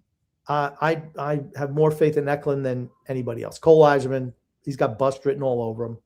And Aitchison, that skill set, what he's doing now, he's not going to have that opportunity on the Islanders. Just isn't. No. That's Matthew Schaefer's role. And he's not great defensively. He needs to get that Romanoff out of his game.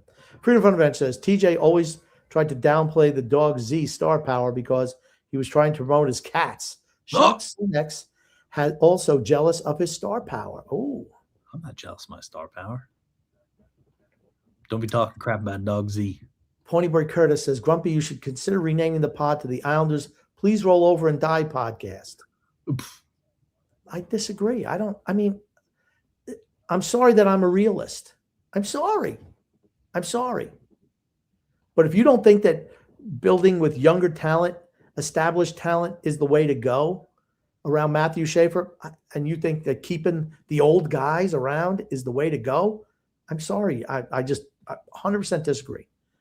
Matthew DiBernardo says, per Jeff Marek, the Islanders checked in on trading for not just Kyrou, but both Kyrou and Thomas in a package. The Islanders pivoted because the asking price was too high. Kyrou remains the Islanders' #1 want at the deadline. What was the ask? That's what I want to know. What was the ask? I can try and look it up on Twitter. Because honestly, if you're telling me if it's Aitchison and Eiserman and a first-round pick and a second-round pick, I'm all for it. I'd do that. That I would do. Because you're getting 2 established NHL players who are 27 and under contract for the next 5 years. I'm for that. That's called building around your marquee player. You're not trading for guys in their 30s. You're just not. You're building with young talent that can grow with the player. I'm all for that. Absolutely. I don't care about Andrei Palat or Carson Soucy. They mean nothing. Or Connor Garland's. They're nothing players. They bring nothing to the table except salary. Ponyboy said, you guys ever notice that Quenneville has never smiled on camera, not once ever? Even when he's winning Stanley Cups with Chicago, he looked like he wanted to snap an innocent bunny's neck. Okay, it's the mustache that makes him look like he's not smiling. That big, bushy mustache. You look at Lanny McDonald, same thing. Those big mustaches like that, it's tough to see them that they're smiling. Here we can roll the clip. Here I got the video clip of that. Give me 1 second.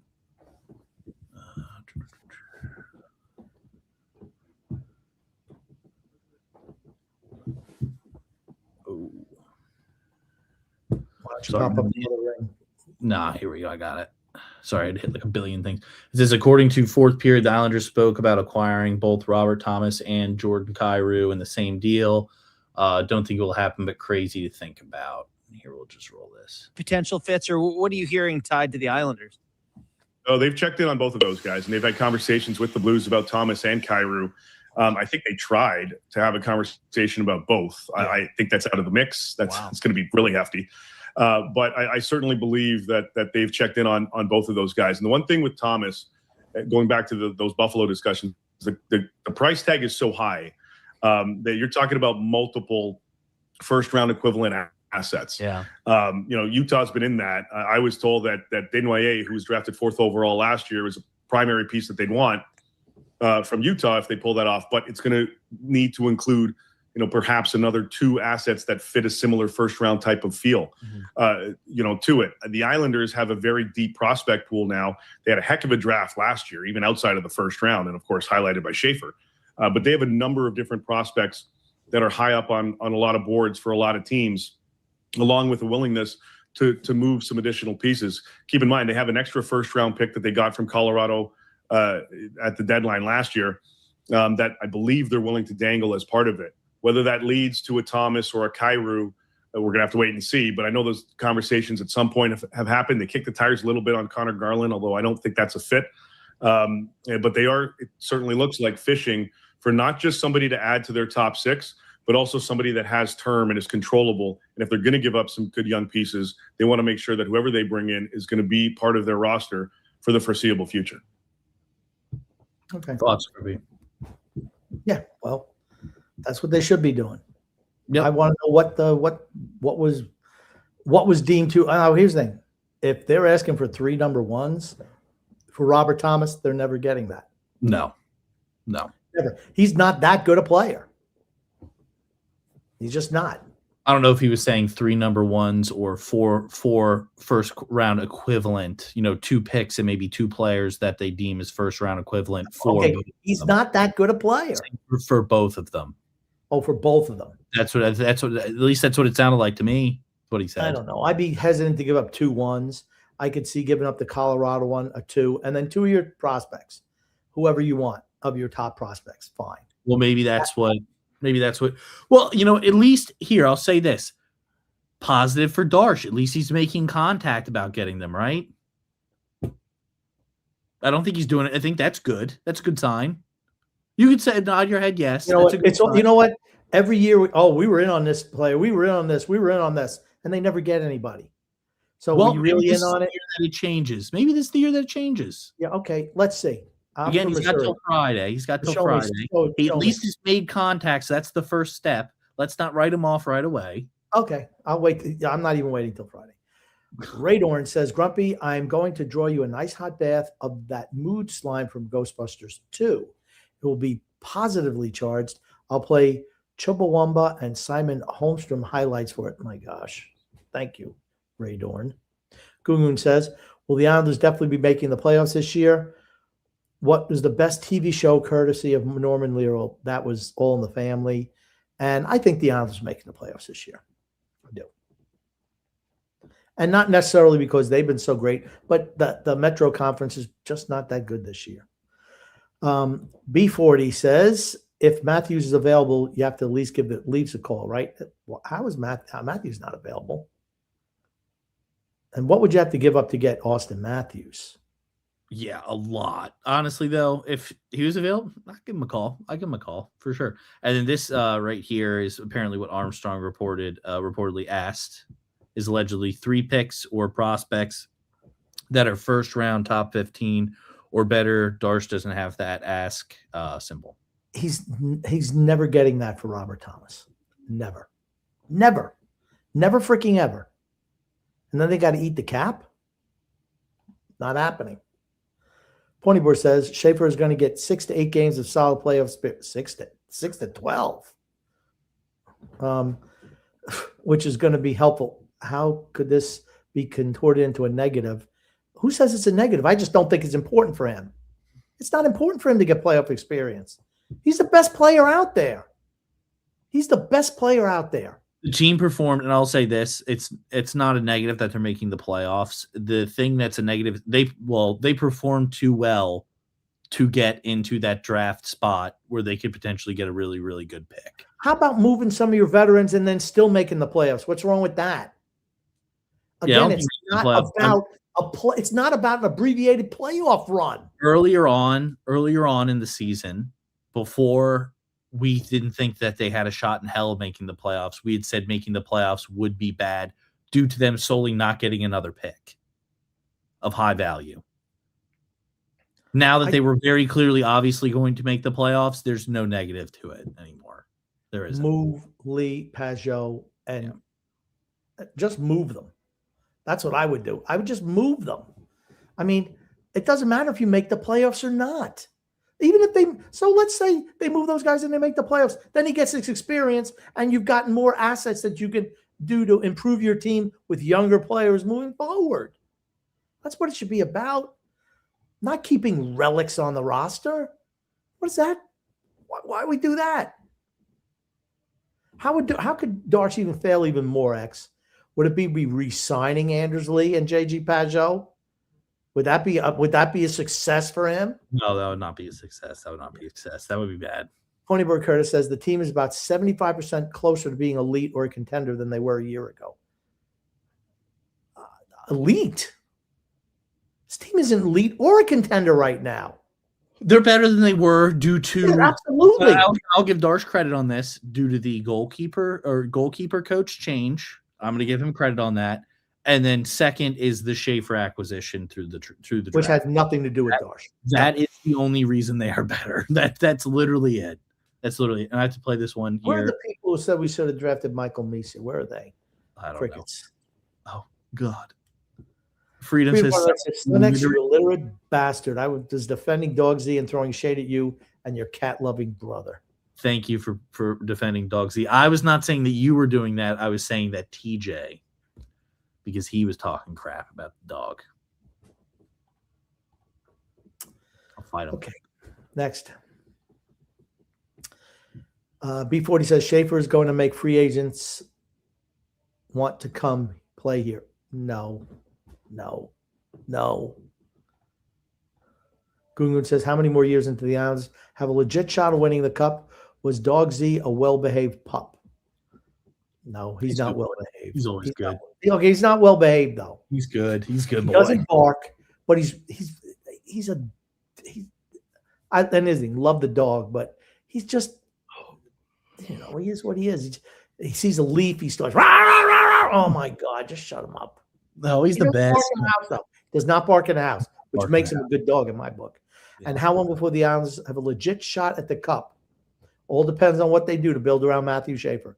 You have a prime, like an A+ building piece. I'll tell you what, you could say the same thing about San Jose. They have a prime building piece in Macklin Celebrini. They would want to offer everything to the Islanders for a chance to get Matthew Schaefer at the number 1 pick. They should have offered more. Look at how good Schaefer is. They should have offered everything except for Celebrini to get Schaefer to come here. Could you imagine those two guys on the same team? Holy crap. Ponyberg says Schaefer is going to break Brian Leach's all-time rookie D-man goals record, 23 by the end of the year. Outside of the age-based records, he's already broken. I know Portybird's been a little agitated today, but he's so good. People compare him to McCarr. McCarr didn't come into the league until he was 21. This one's good for you, Grumpy. Here, Ponywar says this team could go 82-0-0, blow out every team 10-0, and Grumpy would find something to cry over. They win. If they don't win the Stanley Cup, absolutely. Then you're essentially the Boston Bruins at that point in time, right? You're the New England Patriots of 2007 is what you are. Yeah. Doesn't matter. If you don't win, if you don't seal the deal, you can't be looked at as a great team. That's true. Well, you have to win. You have to win a championship. Got to win championship. Yep.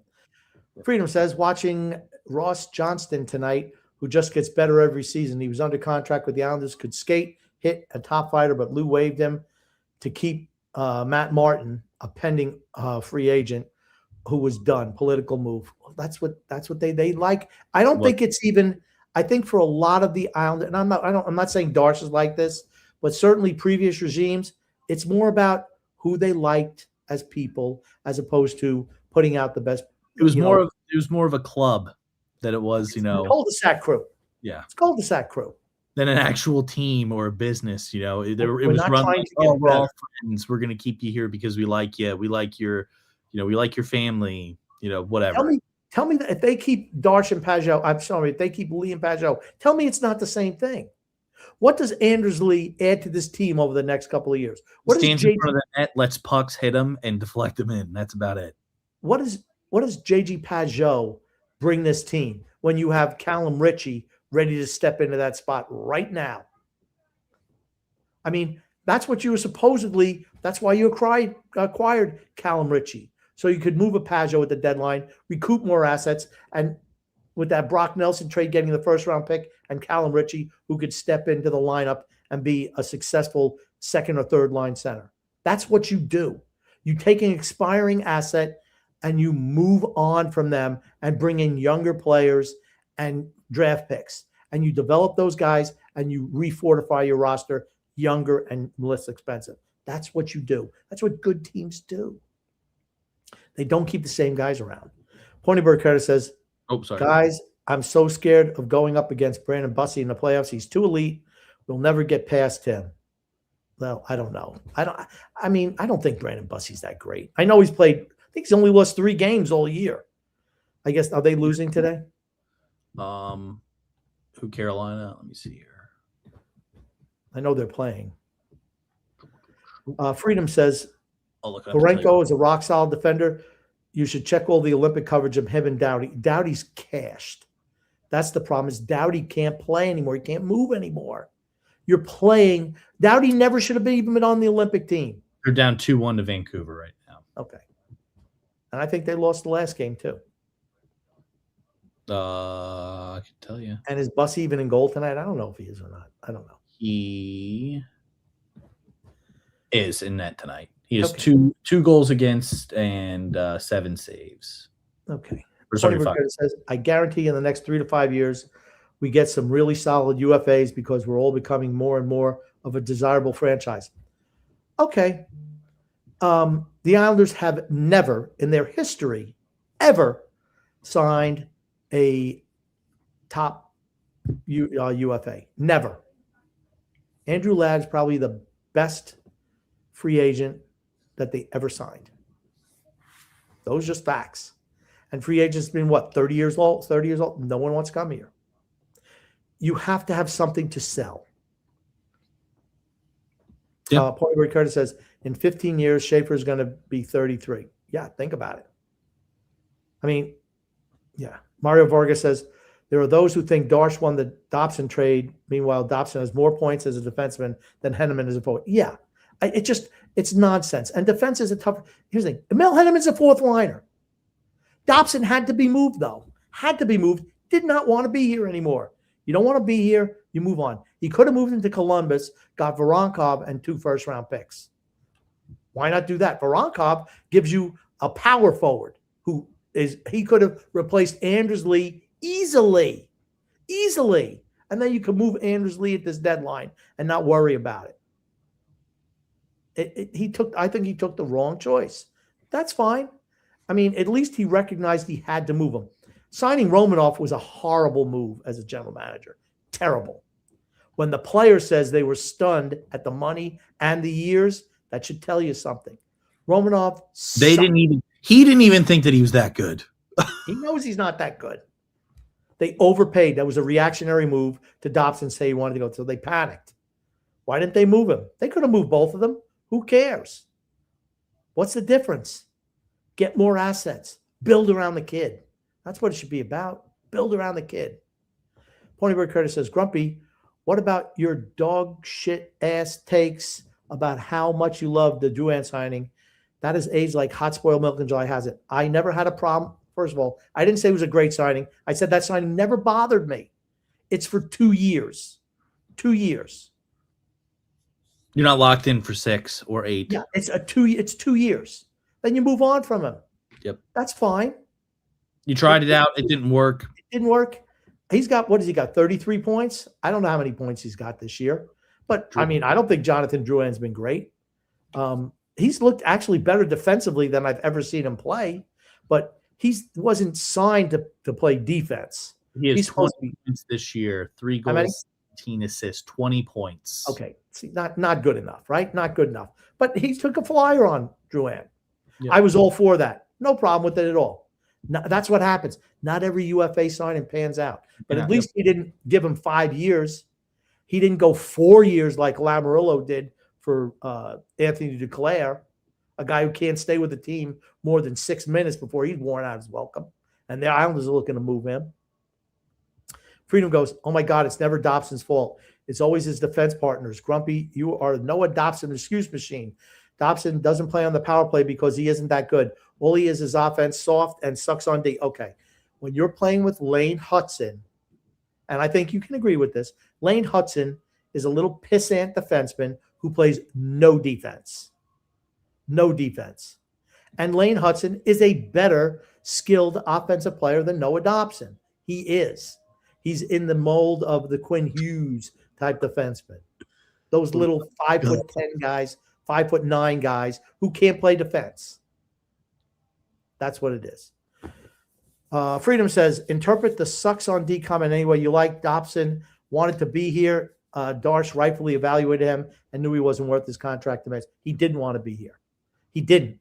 Because guess what? His demand with the Islanders was $11.5 million, and he signed somewhere else for $9.5 million. Which means he took less money to go he somewhere didn't want to be here. Did not want to be here. And that's Right. fine. That's fine. Darsh wanted him back. I would rather get paid less to not play on this team and go to play on another team. That tells you that he did not want to be here. That's Anybody true. who's taking less money to go somewhere else, and it's the same thing. Even somebody with a job, somebody who takes less money to go to work for another company, clearly does not want to be at the current company they're at. Right. It means he didn't want to be here. Correct. That's fine. Move. And as I said before, if you don't want to be here, move on. You're better off getting same thing. So glad he didn't make the freaking Jonathan Tavares mistake. And I'm 100% absolutely like Noah Dobson. Absolutely. But guess what? As soon as he said he wanted to be here, I moved on from him. Yep. Just have. Yep. I don't care, honestly, what Noah Dobson does somewhere else. Yeah, and then I do not care what he does for Montreal. Do not care. Empire says here, Cairo has the same goals as Lee. LOL. Not a fan. And this is a down year. This is a down year for Cairo. And he's younger too. That's my thing. He's younger. That's why 36. The other one's 27. Yeah. Okay. Freedom says Grumpy Henneman stick handles like he's juggling hand grenades. Noah Dobson stick handles like Grumpy carrying a TV. Disaster. He comes to his teammates' aid as well as Sun X does. Grumpy. Yeah. Okay. I mean, Henneman sucks. Everyone knows it. Everyone knows it. Everyone knows. How many teams has Henneman been on in 4 years? 3. It's the reason why he's always a guy they look to move. He is what he is. He's a fine one-shot guy who's a fourth liner. That's what he is. That's what he is. He's got a nice one-timer. He can't stick handle it all. At all. Not at all. Freedom says, Lee with another goal tonight. Keep increasing that trade value. This is the annual Lee and Pajot just before the deadline surge for some guys. Yeah, he's not going anywhere. Ponyboy says, at what point do you just effort enjoy the fact that this team is having success, playing exciting hockey? Are they really playing exciting hockey? I don't know. And headed. I think it's exciting the fact that they come back in games. I think that's exciting. Unless it's he's like pucks bouncing in is not exciting for me. When 48's on the ice, I'm excited. Exciting hockey to one can differ from somebody else's view of excitement. Everybody has different forms of excitement. I'll admit that I like skill more than. I think it's cool. I think it's exciting that they come back when they're down and come back in games. I think that's exciting. I do. That said, just because it's exciting, it's exciting hockey doesn't mean that it's conducive to winning a Stanley Cup. And at the end of the day, that's what you're playing for. Okay. And headed in an infinitely better direction than we thought we'd be at this time last year. I agree. I absolutely agree with. I 100% agree with them that they are headed in a better direction than we thought they were at the beginning of the season. What would you say if you got the number 2 overall pick and you pick Michael Misa? What would you be saying about the team? They would not be anywhere near. They're not very good. They're a bottom 10 team in the league. Said, you can't argue that they're not headed in the right direction. You can't argue. I don't know if they're headed in the right direction. Sorry, I'll change what I was saying. You can't argue that they're not a better team now than they were last year. That's true. You can't argue that. That's true. Because of number 48, it's all because of one guy. But still, okay. I agree with you, but still, that one guy. I know that still counts for something, though. They're still a better team than they were last year. I'm just saying, just read the comment and answer it how it's written. He's saying that they're playing exciting hockey, which in my opinion, them coming back from behind in games and winning games is exciting to me. Maybe not personally to you, it is. And I think that they're infinitely in a better direction now than they were last year due to them having 48. I disagree with the better direction. I don't. They could potentially not have Schaefer on the team. Okay, that's not a direction. Yeah, that's not a direction. A direction is this is what we're going to do going forward to make our team better. That's a direction. I don't think they have a direction. You know how I say that? Because they're just looking at picking up old retreads and adding them to the roster. That's not a direction. They could have not picked up Schaefer. They could have not drafted Schaefer. No, that's not a direction. A direction is, okay, we're going to build for the future. Their direction seems to be, let's just tread water and hope that this kid does it all by himself. That's not a direction. I disagree in that regard. Next comment. Thomas Amato says, can't trade away the future. Young guys are needed to come up. Exactly. Ponyboy says, all this crying about who's going to replace Dobson. Meanwhile, we got a guy who's immediately is playing better. Who said who's going to replace Dobson? I said he had to be moved. Had to be moved. And absolutely, Matthew Schaefer is better than Noah Dobson. Yeah, he's better than to me. How long before he's the best defenseman in the league? 2 years? 2. Yeah. 2. Now it might not be because of here's the thing. McCarr benefits playing for Colorado. Yep. He just does because he's got McKinnon. Who's Matthew Schaefer? He's got to do it all on his own.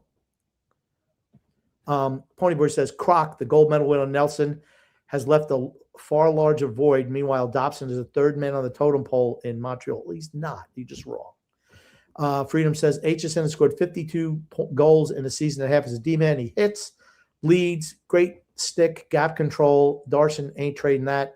Darsh has told teams that asking the big ask on prospects is nope. Well, he's making a mistake because he's not good defensively. He's playing against children. Aitchison has looked terrible. He looked terrible in Islander camp. He got out-muscled and beat to every puck. He's not good defensively. Because he's not playing children. And the same thing in World Juniors. He cleans up in the OHL, though. Absolutely. How does his game translate for the Islanders? He's not going to be standing down low in front of the goal like he does in juniors. That's not going to be happening. He's not even going to be on power play 1. He's years away from making this team.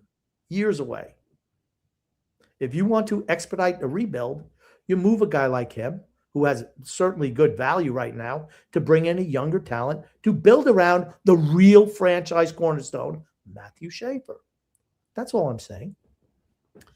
JP says, the problem with Thomas and Kyrou is they're mad overrated. They're both second liners on a championship team, just like Barzal is a second liner on a championship team. Well, that makes them first liners on this team, though, right? Yeah. Freedom says, oh my God, Grumpy. BS, there are so many episodes of these shows where you and your other monkey, TJ, and you wanted Tampa's assistant GM, best run organization. You sucker MCs say that over and over and over. Here's the thing, the more I learned about him, the less I want. I wanted Kekalainen. That's what I wanted. Ponyboy says, guess who's also playing second fiddle, not only to Hudson, but Matheson, who's actually been logging all the hardest. Matheson plays on a different pairing. Dobson plays with Hudson on a regular pair. And Hudson's the number 1 power play guy. That's just the way it is. That's the way Montreal does it. And Montreal's terrible defensively. Next. Ponyboy says, who is getting the most minutes? Who has the most points of D-men? Who has the best plus-minus? Not Dobson. But yeah, I expect Hudson probably has the most points, but you look at 5-on-5, that's Dobson. Hudson's a lot of power play points. Oscar the Grouch says, in response to that one comment, I don't think you guys need to change your tune at all. Fans just want honest and unfiltered sports takes. As long as your guys are doing what your channel will flourish. Doing that, your channel will flourish. Oscar says, keep telling like it is, fellas. Thank you, Oscar. Ponyboy says, Dobson is about as effective in Montreal as D'Angelo is for us. That's just wrong. If D'Angelo played for Montreal, he'd have 40 points guaranteed. I hate D'Angelo with a burning passion. How many points does D'Angelo have? I'll look it up. Just wondering. Throw it out there. Give me a second. It's loading. He has 28 points this 28 year. points. He wouldn't have 40 in Montreal. He 4 belongs. goals and 24 assists. Yeah, no. Gungu says, what happened to the show Sunday night? Did Sonics go down without a fight? Sonics didn't want to do a show. Yeah. Boy says, Darsh signing Romanoff to 20-plus years far more egregious than not flipping Pajot or Lee at the deadline. This team is entirely capable of getting to an Eastern Conference final. Okay. Wow. Okay, sure. Ponyboy says, I don't care that Carolina's owned us years ago. You mean like every year? This entirely different year, and we have a Vezina Trophy performance in net. I won't be surprised if Schaefer gets hard votes. Schaefer's okay. Ponyboy says, you guys ever notice that every interview the media Schaefer does has the word obviously a minimum of 900 times? What is that about? Obviously, I have no idea.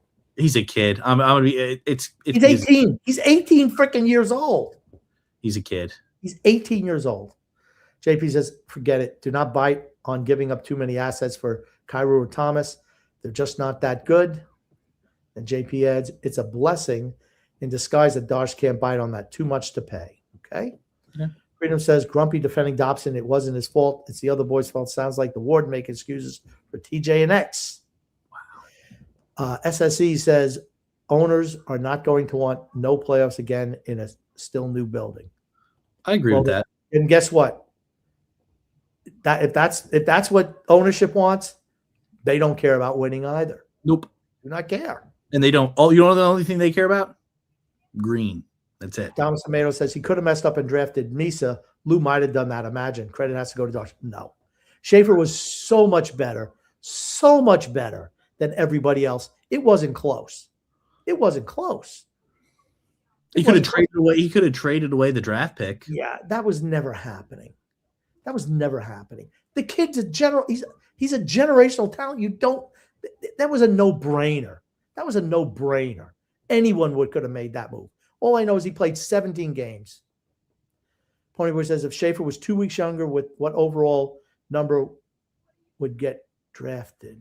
Would he get drafted? What, this year? Because he would have played this year, right? He would have been number 1 overall this year. Again.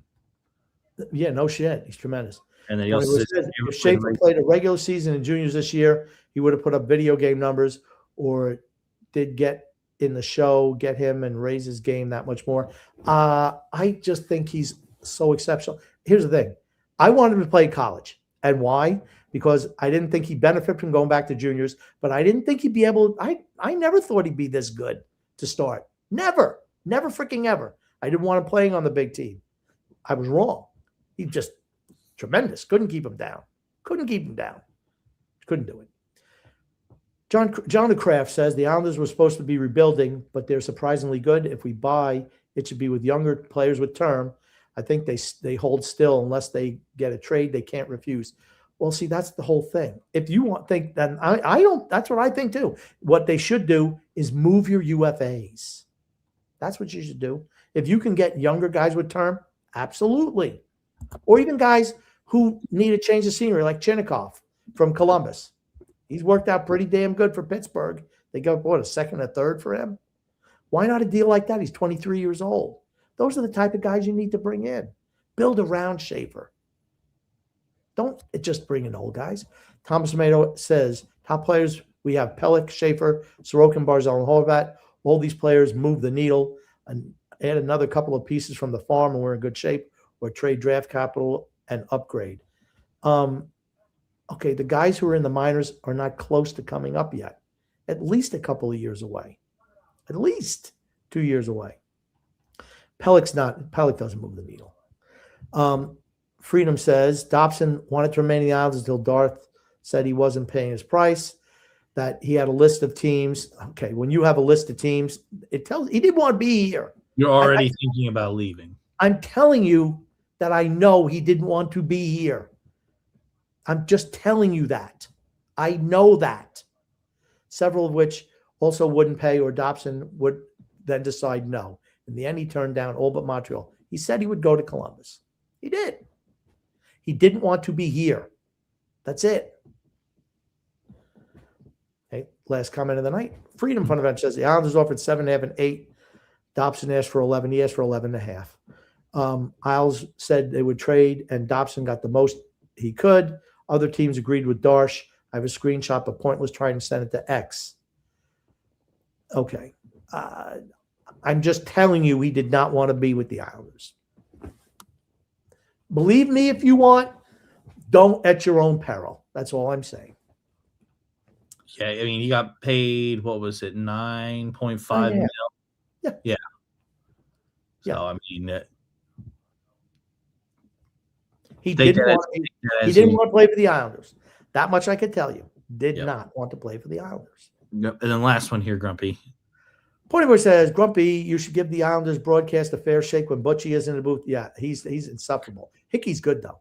And instead of Hickey and Clutter they're good because they're remarkably never commenting as homers. Yeah, which is nice.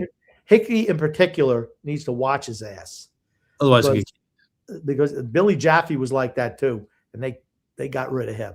I think Hickey's been really good. Butch he's insufferable at this, and I like Butch, but no. Yep. Hickey's been good though. Hickey's been good, and so is Clutterbuck, but Hickey's been better. Hickey's done a nice job as a commentator without doubt. All right, Grumpy, anything you want to say before we wrap up the show tonight? Yes, I want to say love and laughter to everyone who listens and even those who don't. From Son X and the Grumpy Old Man. Yep. And I want to thank everybody for coming out and listening. As always, love the interaction in the comments, and we will see you guys next time. Next time. Grumpy.